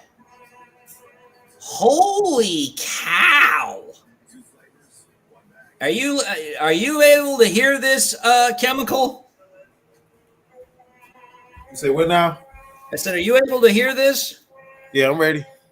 Isaac Tesla ranked 5th in the SEC in 2024 with a receiving average per catch of 19 and a half yards. Woo! That's a steal. That makes even freaking JMO's average look small because JMO's average was only 17.8 last year. Woo! So we got us a steal. Well, that's 3 steals in the draft then. Okay, so here's the compensation. The Lions received pick number 70. They received a 6th-round pick, which was pick 182. Right. And they received a 6th-round pick in 2026. Oh, so we got us an extra 6th-round pick. Yep, but Ooh. I can already tell you this. Lions fans are not going to like the trade in terms of what the Lions gave up. Right. The Lions gave up pick 102 and 2 third-round picks in 2026. Right. I like the pick. I'm not gonna complain about this pick neither. Like it's like we getting studs around here.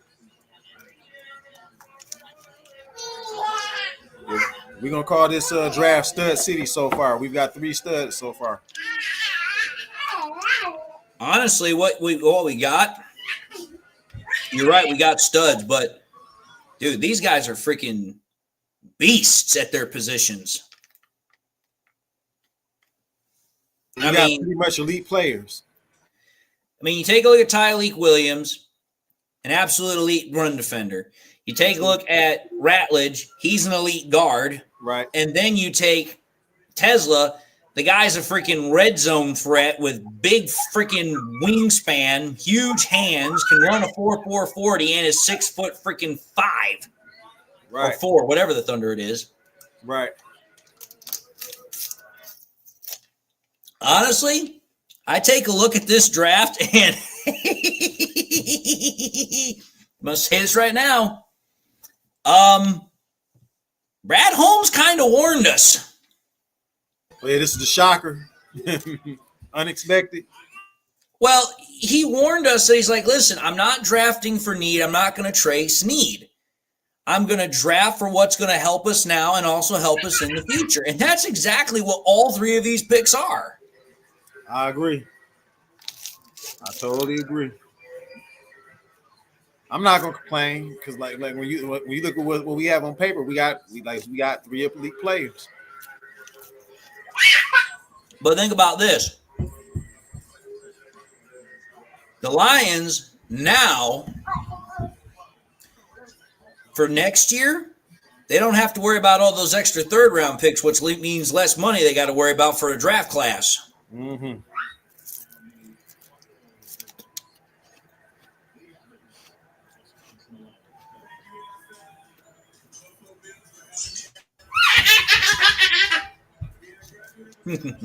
I love it when babies laugh.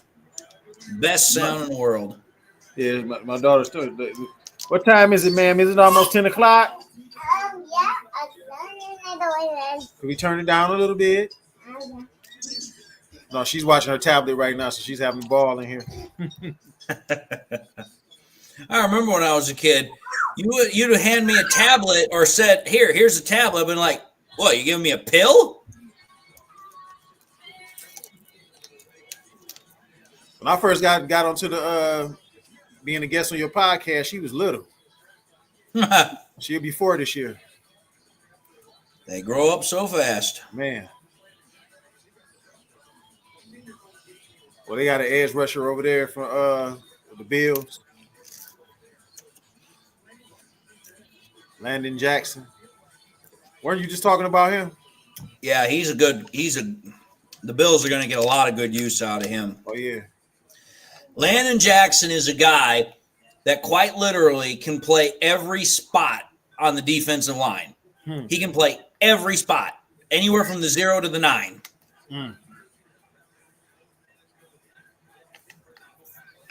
No, Pack, no. At pick number 73, the Jets select a cornerback. How not surprising. Yeah. Your head coach, a former cornerback. Let's draft a cornerback.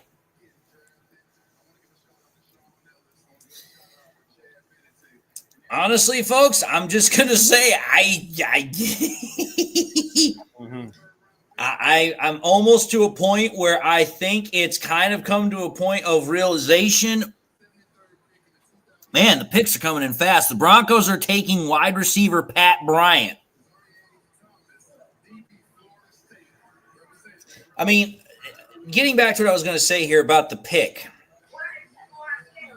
I think the reason why the Lions have not drafted an edge rusher, I'm going to be honest, I think it might be because they are wanting to bring back Za'Darius. Yeah, it's the only thing that makes sense to me because it's like you've obviously expressed interest in bringing him back. Obviously, the girlfriend's doing her part. Obviously, Za'Darius has expressed interest because he still goes to the Piston games. He still wears his Lions gear. It tells me that there's obviously a mutual interest. So it comes down to two things, time and money. Is it the right time? And, can we figure out a compensation package that works for everybody? Rough 79, Za'Darius Smith is not washed up. Za'Darius Smith last year came in and got us 4.5 sacks. He was, I think, top 10 over the course of the year in pass rush win percentage. Yes, sir. Sure did. So Za'Darius Smith is not washed up.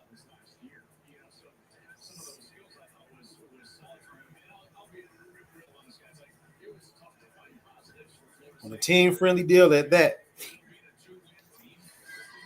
Again, the way I look at it is you have to – again, I've said it before. I'll say it again. You have to trust the person you came to the dance with.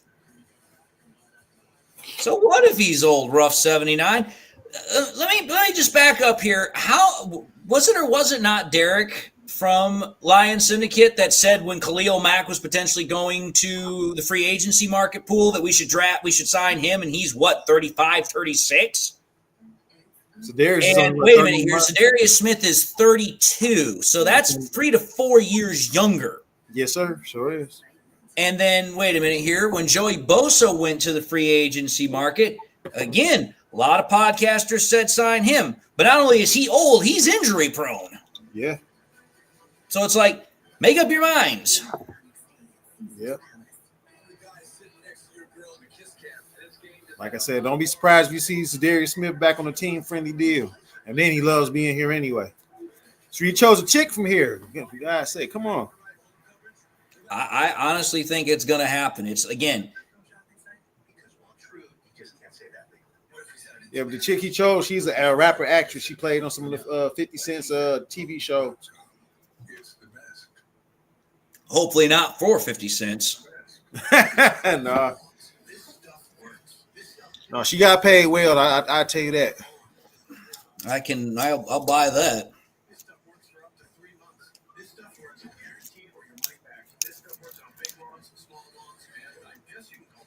What's crazy, she had just divorced her husband and then got with Za'Darius. And they took a trip with him to Ghana. Yep, he was wearing the traditional Ghana robes too. Yes, sir.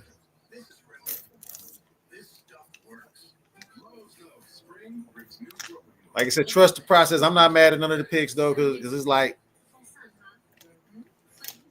this draft is heavy full of I ain't gonna say everybody's elite players, but we got pretty good players from top to bottom. I haven't seen nobody that's been like, he's trash.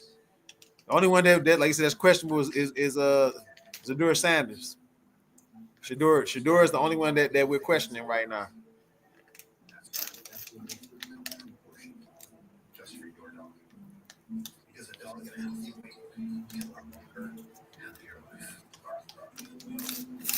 Well, I'll say this. Much like every year, the mock drafts and the draft experts, bunch of idiots. Yes, sir. They sure are. I would totally agree with that. Because Mel Kiper, how many times do we have to hear him say, Shedeur? It's like, dude, get a room. If you listen to the panel tonight on the NFL Network, they said that he was still the best quarterback in the draft, according to them. That was Rich Eisen and a few others. Manfred, I don't know. I don't know if we trade up again to get Jack. I don't know. Well, the night is not over with just yet. So. No, and there's still tomorrow too. Oh yeah, for sure. Now I will say this: I am not doing a live stream tomorrow. No, ugh. The third day of the draft is just absolutely hell on earth. But I will say this: when I take when I take a look at when I take a look at the draft, everybody talks about how long day 3 is for the draft now, but it's like, dude, remember back when the draft used to be like 19, 20 rounds? Oh yeah, for sure. Dude, you would have to freaking have coffee on coffee in order to freaking, be able to last that long in a draft scenario. Didn't it like about 1 or 2 o'clock in the morning back in the day? I remember watching the draft that went that long. That was like long. It's like back in the 90s, you'd start opening Christmas presents at like 2 in the afternoon. You wouldn't be done till 2 in the morning. Right.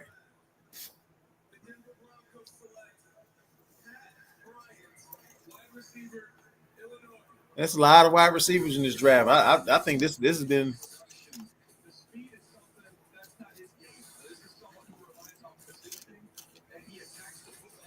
So speed is not his game, huh?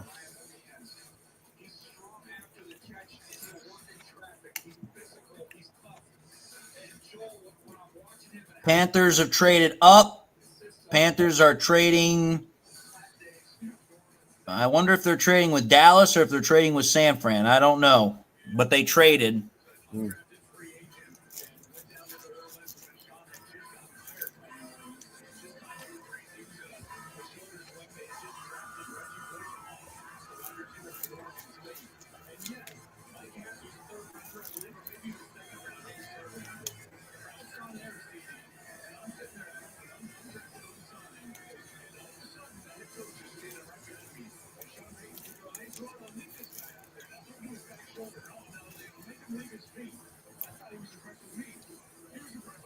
Oh, God. No. There's no way in hell on earth, Bunny King, I would even deal with that. I think I would retire. Bunny King's asking, what about having like a 50-round MLB draft? I'd be like, you couldn't pay me enough to go through that long of a draft.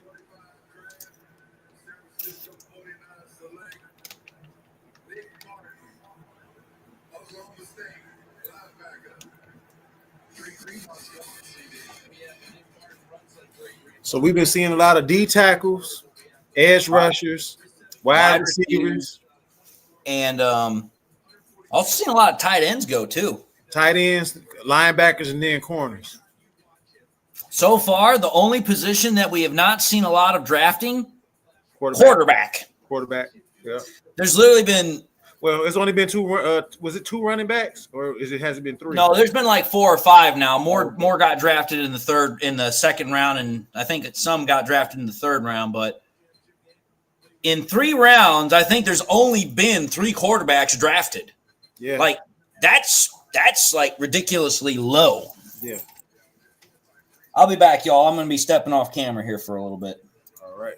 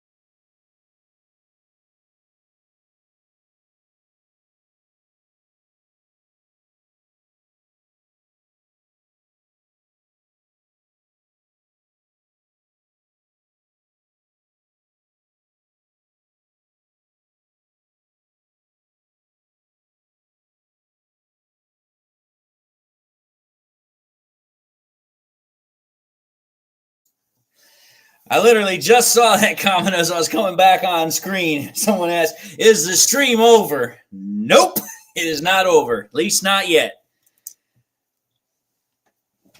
Right now, I'm kind of what's the word? Double utilizing, if you will.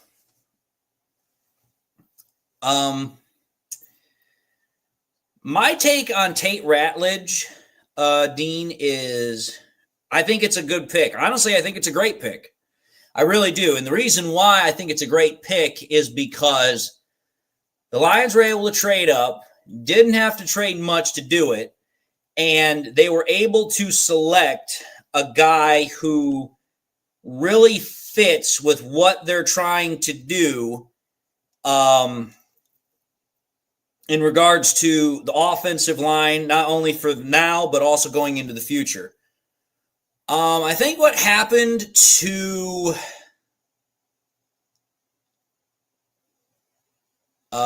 sorry, I got distracted there with a comment. I think what happened to my sidekick, Chemical, I think he was taking care of his kids because it is past 10 o'clock, and even though it is a Friday, young ones still have to go to bed.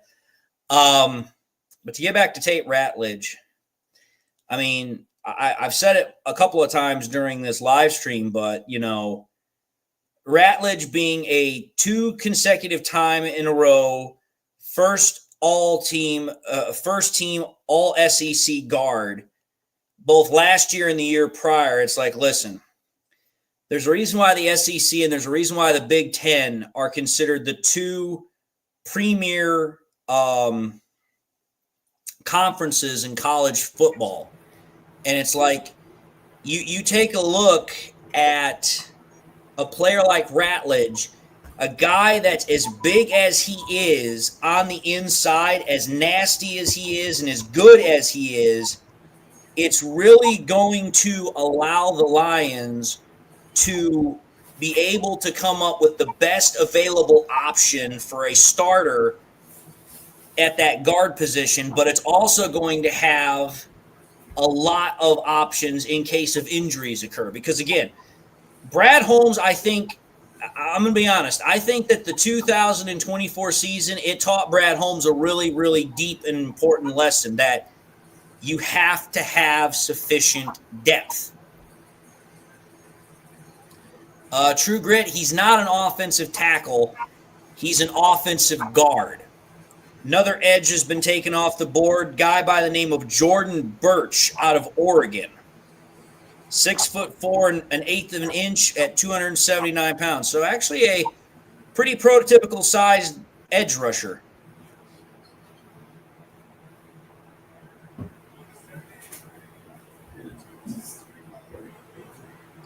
But says Shedeur Sanders in the 5th round, huh?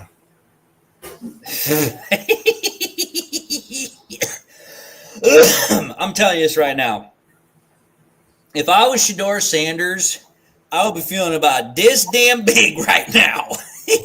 What about this guy, Jordan Birch? Based upon what I'm seeing, he's a pretty decent player. I mean, he's not anything super special, but he's not terrible either. But take a look at what the Cardinals have done. They've gone defense every single pick.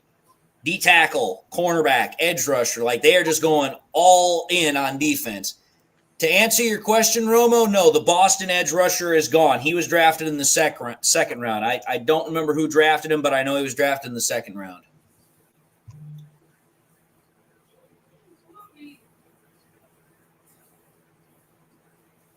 Somebody dog like he's trying to bite somebody. You're there barking at the cameraman. Well, but hold on here. I'm going to answer that question that somebody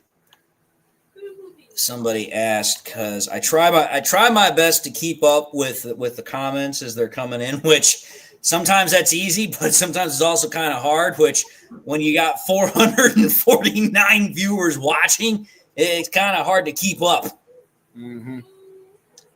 But let me see here.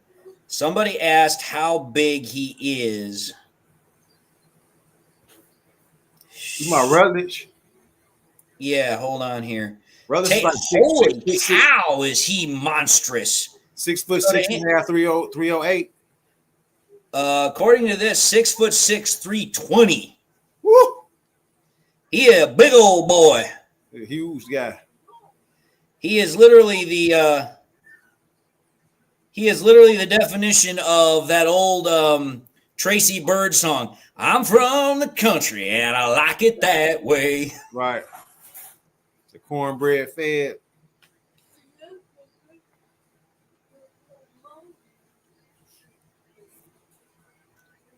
So yeah, true grit. Our guard is 6 foot. Our new guard is 6'6", 320 pounds. Ew. Big fella. Yeah, I mean, dude, that's a tackle, and he's a guard. Yeah, because our defensive tackle was, I think, 6'3", almost 6'4", and he's like 329. But fast though, runs a 4.8. So here's the thing. Tate Rutledge is actually he's 6'6.5", but he was 308 at the combine. He has a 10 3/8 size hand. Oh boy. Athleticism score, he was the number 1 guard at the combine. Total score, he was the second best guard at the combine. 40 time, he ran a 4.97. Think about that. A 6'6", 308-pound man running almost a 5 flat 40. That is impressive. Man. Plus, on top of that, he had a 32-inch vertical, a 9.5-inch broad, with a 1.72 seconds 10-yard split. Like, dude's a freaking beast.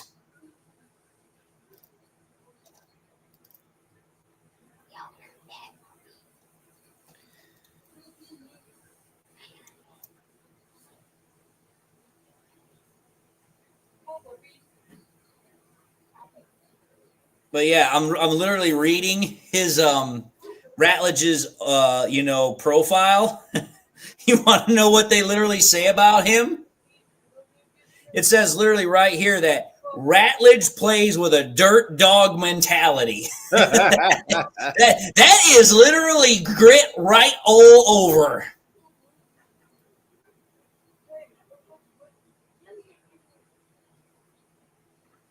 Oh. Tesla's from Hudsonville, Michigan. So we got a Michigan connection there. Mm-hmm.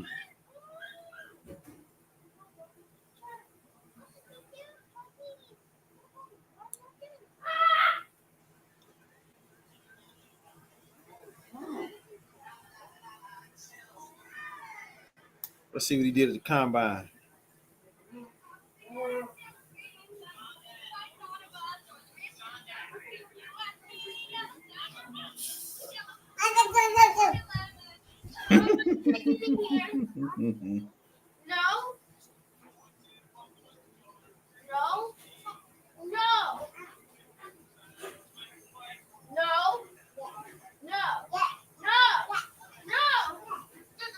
His athleticism score is a 96. Talking about the wide receiver? Yeah. So think about that. You're saying that the wide receiver has a 96 athleticism score. Yeah. And you want to know what Ratledge had? A 4.43. Ratledge had a 98 athleticism score. These guys are dogs. And then they said his vertical jump was a 39.5. Think about that. Guy's almost got a 40-inch vertical, and he's 6'4" to boot. Be like, dude, just throw it up to him. He'll come down with it. It's Megatron 2.0. Right. Like I said, it's almost kind of reminiscent of Kenny Galladay, because Kenny Galladay was the same height, same weight, same vertical. No, as a matter of fact, Kenny Galladay's vertical was a 44. Guy could jump. Unfortunately, once he left Detroit, he couldn't jump back into being a good receiver. Yeah, he was done.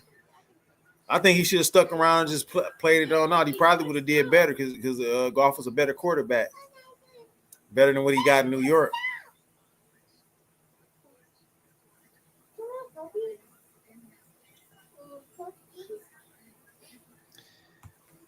Now wait a minute here. I've now got to also I've now also got to check this out because I'm curious.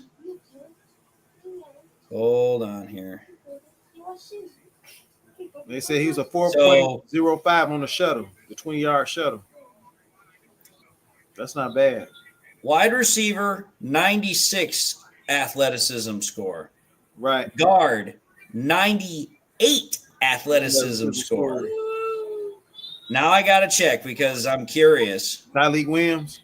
Yep. Hold on here. 77. So not as good, but still in the top 10 of his position group. So it's like, dude, like these boys are physical. Oh, yeah. They're some physical specimens.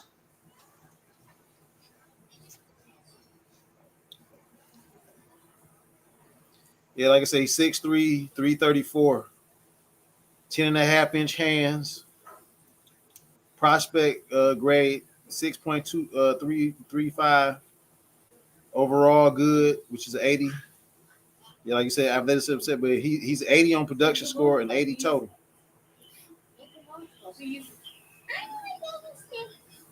6.5 tackle for loss, 5 sacks.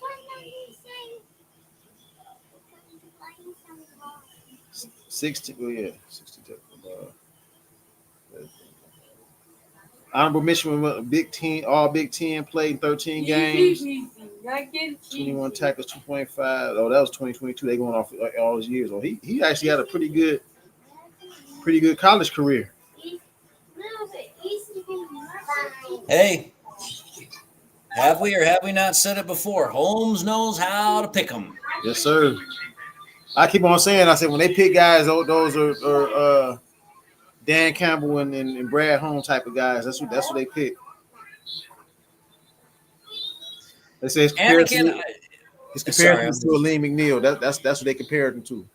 I know that's what I said in my episode today. I said, listen, it's like if your comparison for Tyleek Williams is Aleem McNeil, why the hell would you not want him? Right. But Anakin, to answer your question, listen, I love Lions fans.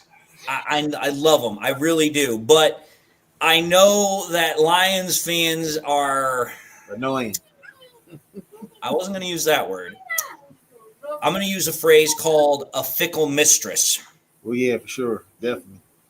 Because when everything's going great, they have no problem showering praise, saying, oh, what a great this, great that. But when, supposedly they're not getting what they want, then all of a sudden it's like, you dirty, rotten mother scratcher did that. And it's like, oh, it's like you guys literally flip-flop so much, you're like a dying fish out of water.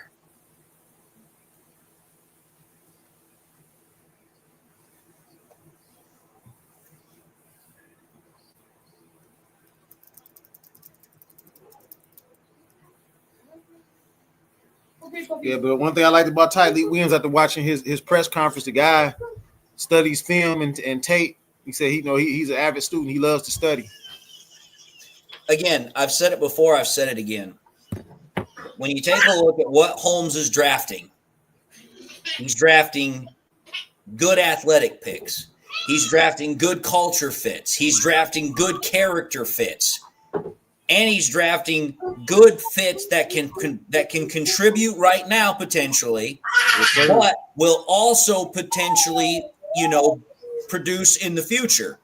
Because think about it. Every single pick has the potential to either play this year or they can actually, progress, develop, and then they can produce next year. Because think about that. When you honestly think about it, Tyleek Williams is probably going to play quite a bit this year because obviously Aleem McNeil is, he's dealing with injury. So he's probably going to miss a couple of games to start. There's a chance that Ratledge, he could actually win a starting job either from Glasgow or Mahogany, one or the other. Yeah. And as far as Tesla's concerned, obviously the Lions are pretty set at wide receiver. They've got St. Brown, they've got J-Mo, and they've got Patrick. But, hey, you know what? It always pays to have another weapon because one thing we learned last year is that when the Lions had to rely on potentially putting in what's his name, Khalif Raymond, that didn't work very well because he got hurt because he was going both offense and special teams. Now you don't have to worry about that. Now you have kickoff return and punt return. Mm-hmm. And now think about this. You've now got, holy crap, I just thought about this. Think about this, Chemical. You've got a 6'5" wide receiver in Tim Patrick. Yep. You have a 6'4" wide receiver in Tesla, and then you got a big ass tight end in Sam Laporta too. Yeah. You got a hell of a lot of freaking red zone targets. Mm-hmm. I mean, I remember saying this earlier, and nobody wanted to buy me on this, but I think Goff could crack 40 passing touchdowns this year. Oh yes, sir. I believe so.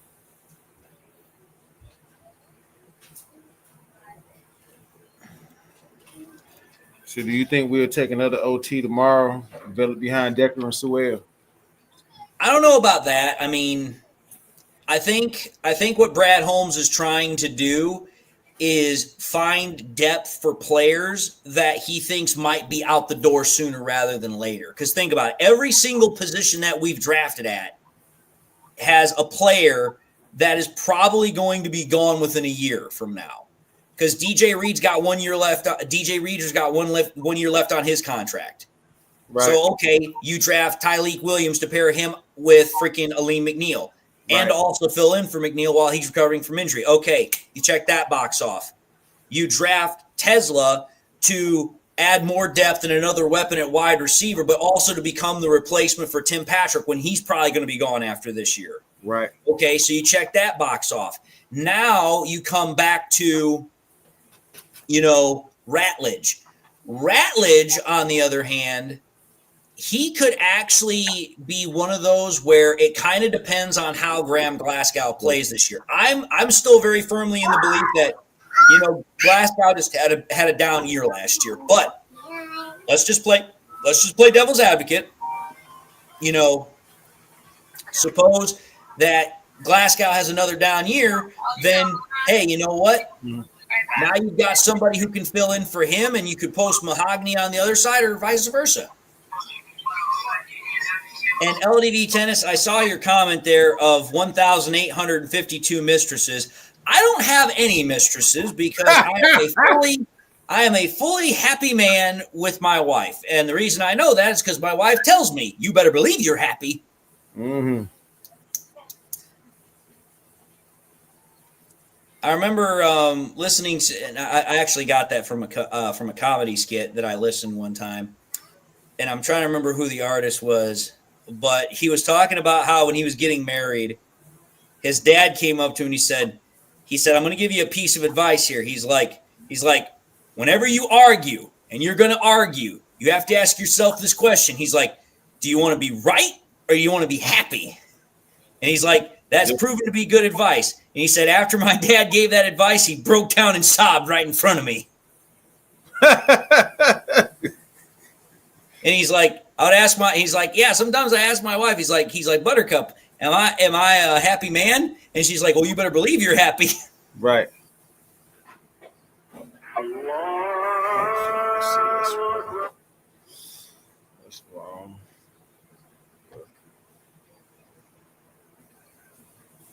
Well, Kansas City got another corner. They lost somebody though in order to get that corner, didn't they? Didn't they lose a corner this in the off season? Which team? I'm talking about the Kansas City Chiefs. They need to retool that. No. I don't. You're thinking last year when they lost L'Jarius Sneed to the Titans, right? Yeah, because that was not this offseason. That was last offseason. Last offseason, okay.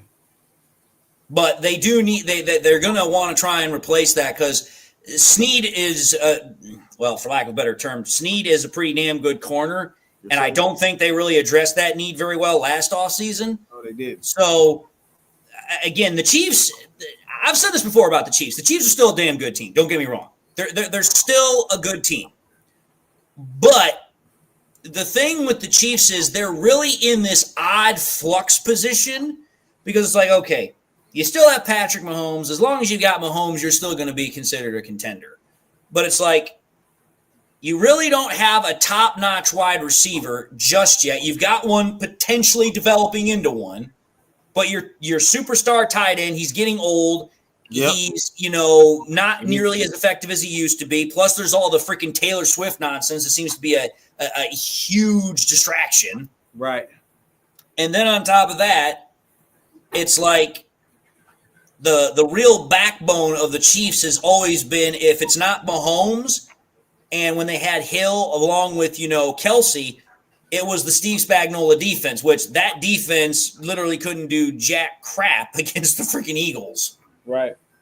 So it's like the Chiefs are really in this flux position where I think they're going to have to seriously retransform themselves to be able to compete. But, I mean, when I take a look at, just to, kind of change the subject here, because I know we're talking about draft, and obviously that's the whole point of the stream. But when you take a look at the upcoming season and, talking about the Super Bowl contenders and everything, I mean, when I take a look at the NFC, in my honest opinion, there are 4 or 5 teams that I think are the Super Bowl contenders for the NFC. Obviously, you have the Eagles. Obviously, you have the Lions. Obviously, you have the Washington Commanders. I'd even throw the Rams in there. Those are, I think, probably the top teams in the NFC as far as being able to compete for a Super Bowl. I know some people might want to talk about putting in the Packers or the Vikings, but the Packers, yeah, they've added a lot of pieces so far, but a lot of those pieces are unproven. You're going to have to wait and see how they work with the rest of the team before you can really make, a determination on that. And with the Vikings, I'm going to just say it. They've got a lot of good pieces on that team. It's a good team. But what can you honestly expect from J.J. McCarthy? Oh, I see how many people is out there for the draft. It's not half as many people as it was. It's less than it was yesterday. Well, that's what I said. I mean, yesterday the attendance, I think, was at like 125,000. It's like, dude, the very first day of the draft in Detroit, we were at 775,000. It broke a record. So I don't think that's a record that's ever going to be broken. Or if it does, it's not going to be broken for a while. They need to bring it back here. They probably will. Yeah. Or just think about this. They bring the Super Bowl back here and the Lions go to the Super Bowl that year. Could you imagine that, playing the Super Bowl at Ford Field? I'll be like, yeah, I'm gonna be writing like $1,000 check. We're gonna win that Super Bowl. Because I can guarantee you this, it will be a standing room only Super Bowl. You will not, dude, you can forget anybody from outside of Detroit getting into that Super Bowl. You will have nothing but Lions fans. Mm-hmm. But like I said, with the NFC, Lions, Commanders, Rams, Eagles. I think those are the 4 top NFC teams for the Super Bowl this year. Now, when it comes to the AFC, that's where it gets a little bit murkier because there's a lot of good teams in the AFC, but there's a lot of teams that I would like to throw into that category, but the problem is that the only thing they've got going for them is a quarterback, such as the Chiefs, such as the Bengals. Yeah. Like, those are 2 teams like that, hey, you know what? You got great quarterbacks, but the rest of your team is very lacking in a lot of areas. Like with the Bengals, they've got virtually nothing on defense except Trey Hendrickson. And right now, that they don't even have that. Yeah. And then when you take a look at the Chiefs, like I just said, their team's kind of going through this metamorphosis flex period. So then it's like, okay, what else do you have in the AFC? Well, obviously, you still have the Ravens. They're always going to be a pain in the ass. Yeah. Buffalo. Yep, they're obviously going to be in there. I might. There's one team that kind of keeps lurking in the back of my brain, and that's the Chargers. I keep looking at them, and I'm like, Jim Harbaugh obviously took the Niners to a Super Bowl. He obviously got the Michigan Wolverines a natty. So it's like I look at that team and it's like, they obviously got to the playoffs their first year with him, and it's like I could see the Chargers really making some noise this year. I'm trying to think about one other team, so that way we have 4-4. What about Miami? The problem with Miami is they got a China doll for a quarterback, and they got a really weird head coach. True. Anybody from the chat feel like you want to jump in on the conversation, because there's 16 teams from the AFC, so I'm trying to think of somebody else here. Ravens, Bills, Chargers. What about the Texans?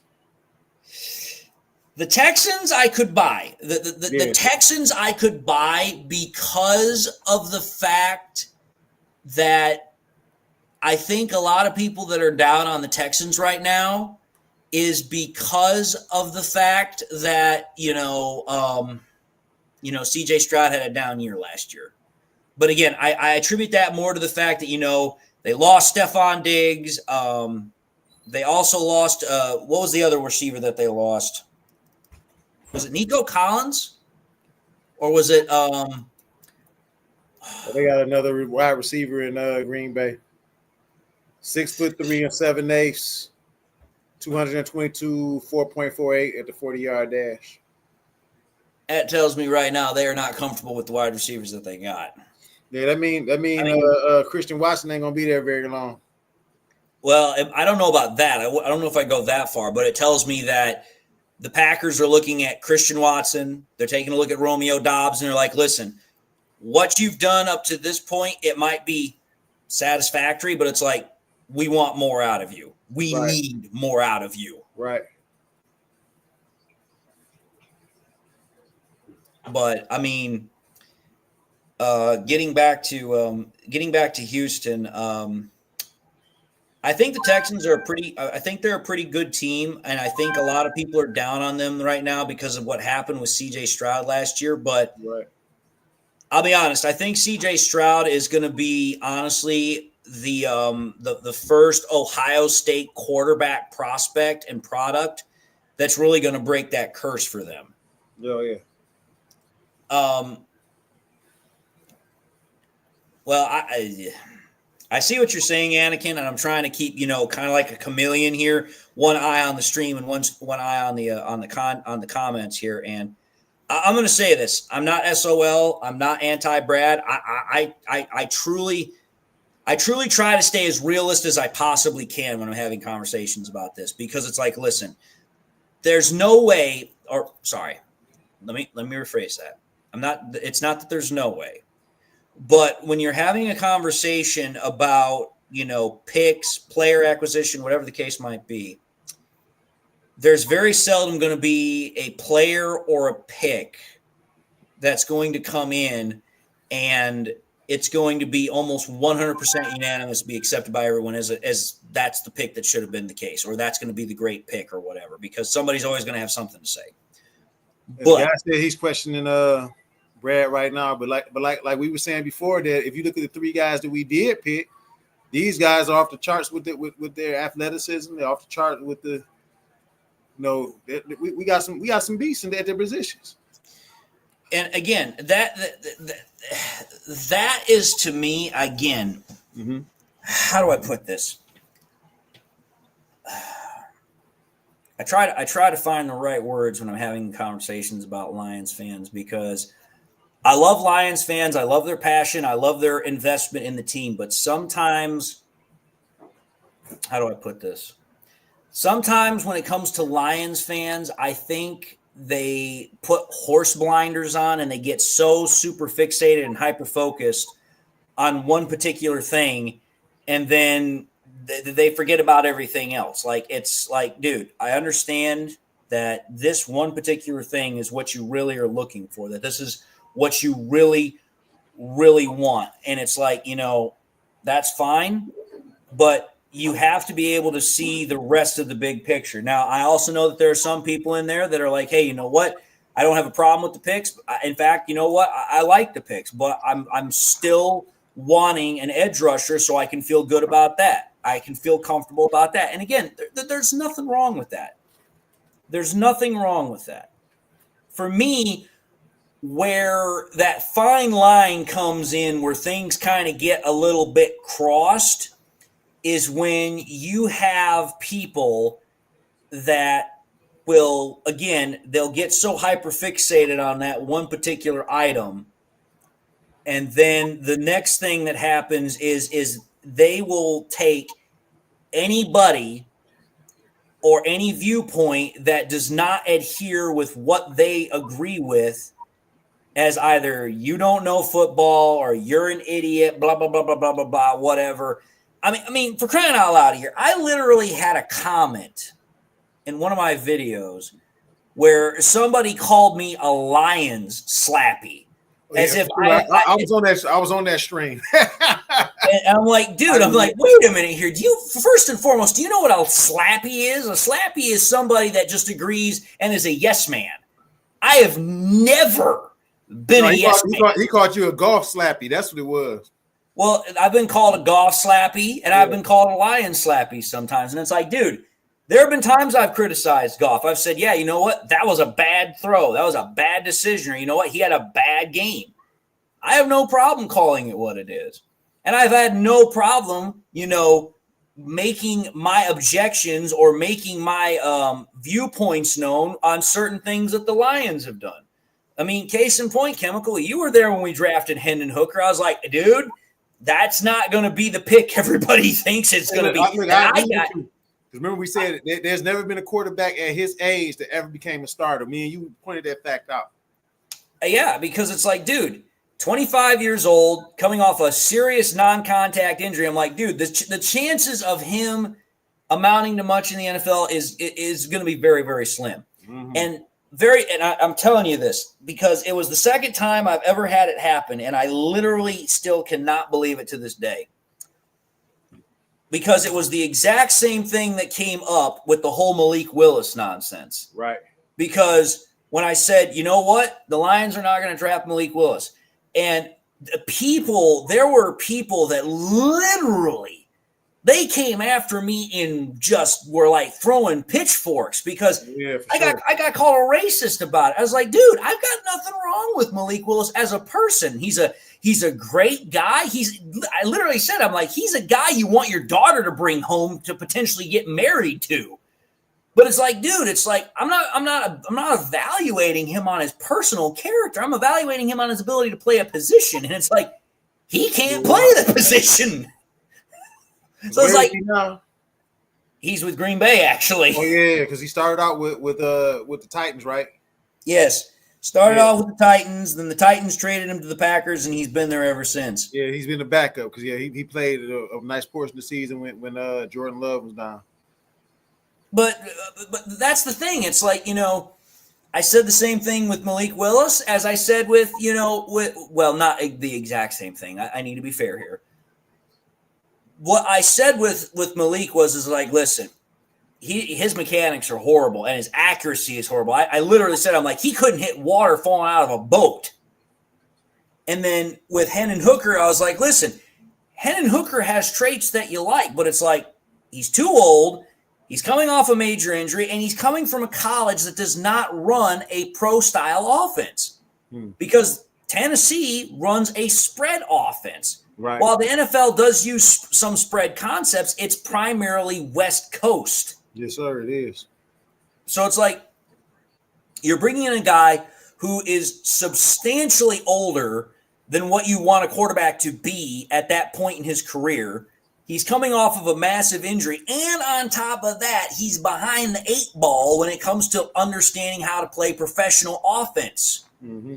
It's like that's too much to be stacked up against. And then plus on top of that, I was like, listen, the Lions are going to extend Jared Goff. And, that's right. No sooner had they drafted freaking Hendon Hooker, like a year later, they gave Jared Goff a 4-year, $212 million contract. Like, it's the same damn thing.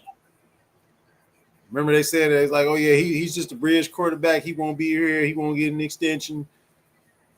Trust me, I remember those conversations because I fought him vehemently Right. And I got told that I didn't know a damn thing about football for that.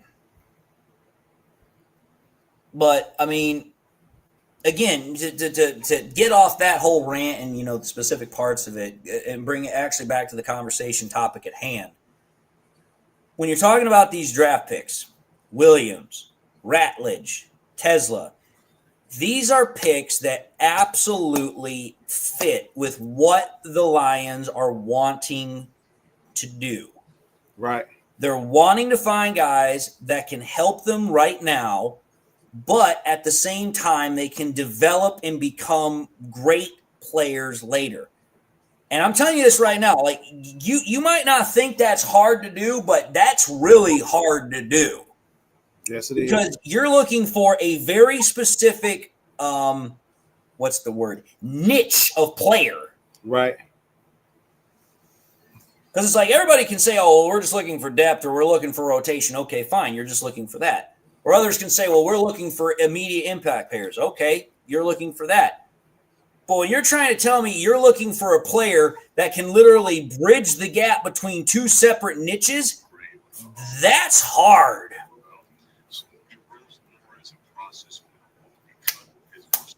But what's funny is I've literally been sitting here for like 30, 40 minutes, and I have not watched the draft one bit. Like, I literally just been like, screw it. And the fact that you just pulled up your screen, which tells me that Brad Holmes is doing his press conference. Yeah, he's doing it now, yep. That tells me the Lions are done for the night. Yeah. They're not anticipating any more moves. Well, that was 16 minutes ago. Yeah, which tells me that it's going to be a very, very quiet day tomorrow for us Lions fans because the Lions don't have another pick until the 6th round. Mm-hmm. So I'm going to tell you all this. I would still keep the draft kind of on in the back of my head, but tomorrow being Saturday, probably would be a good idea to do some, yard work, spend some time with the family, relax, and, take a chill pill from all the nonsense with the draft because some of y'all, you need one of two things. You either need to be drinking more or you need to find some religion. But he said as long as the guy we love, we're not budging the inch. That's what he just said.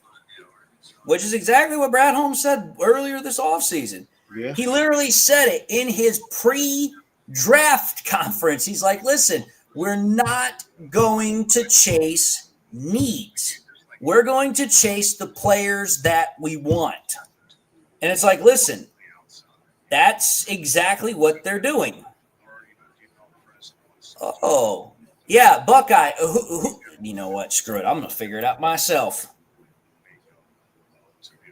Who the frig took him? Wait a minute. Yeah,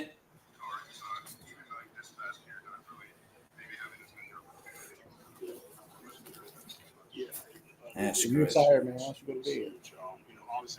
Josiah.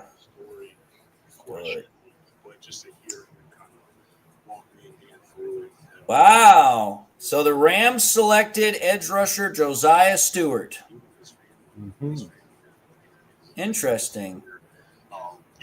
That's a pretty smart move by them.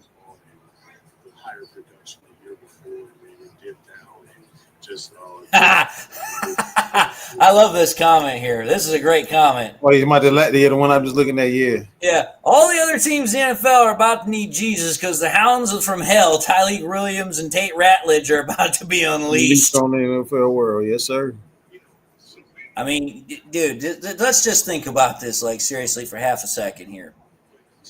Take just, take the whole conversation out of this draft class right now, so far as it is, with Ratledge, Tesla, and Williams. Think about this. You've still got all these other guys we've drafted, such as Penei Sewell, Aiden Hutchinson, Amon St. Brown, Kirby Joseph, Brian Branch, Sam Laporta, Jack Campbell. Dude, I'm telling you this right now. If I was going down a dark alley, I'd feel pretty damn safe having that group around me.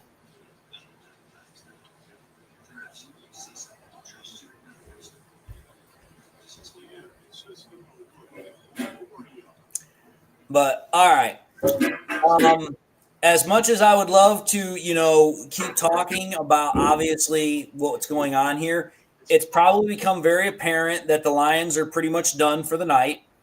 The fact that, as Chemical pointed out, the Lions are doing or have done their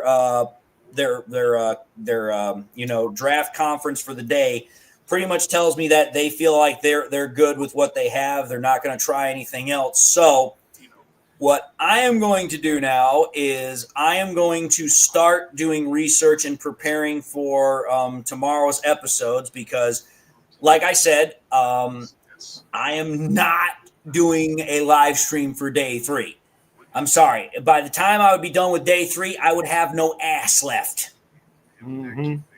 So, plus, it's going to be in the daytime. I'm going to be at the shop all day tomorrow. So, by the time I get home, it's probably going to be over. Well, I actually have work tomorrow morning until 2 in the afternoon. And then after that, I'm going to be spending time. Oh, the Seahawks got the quarterback that the Lions was talking to from Alabama, Jalen Milroe. Yep. Think about that. Milroe went before Shadur Sanders.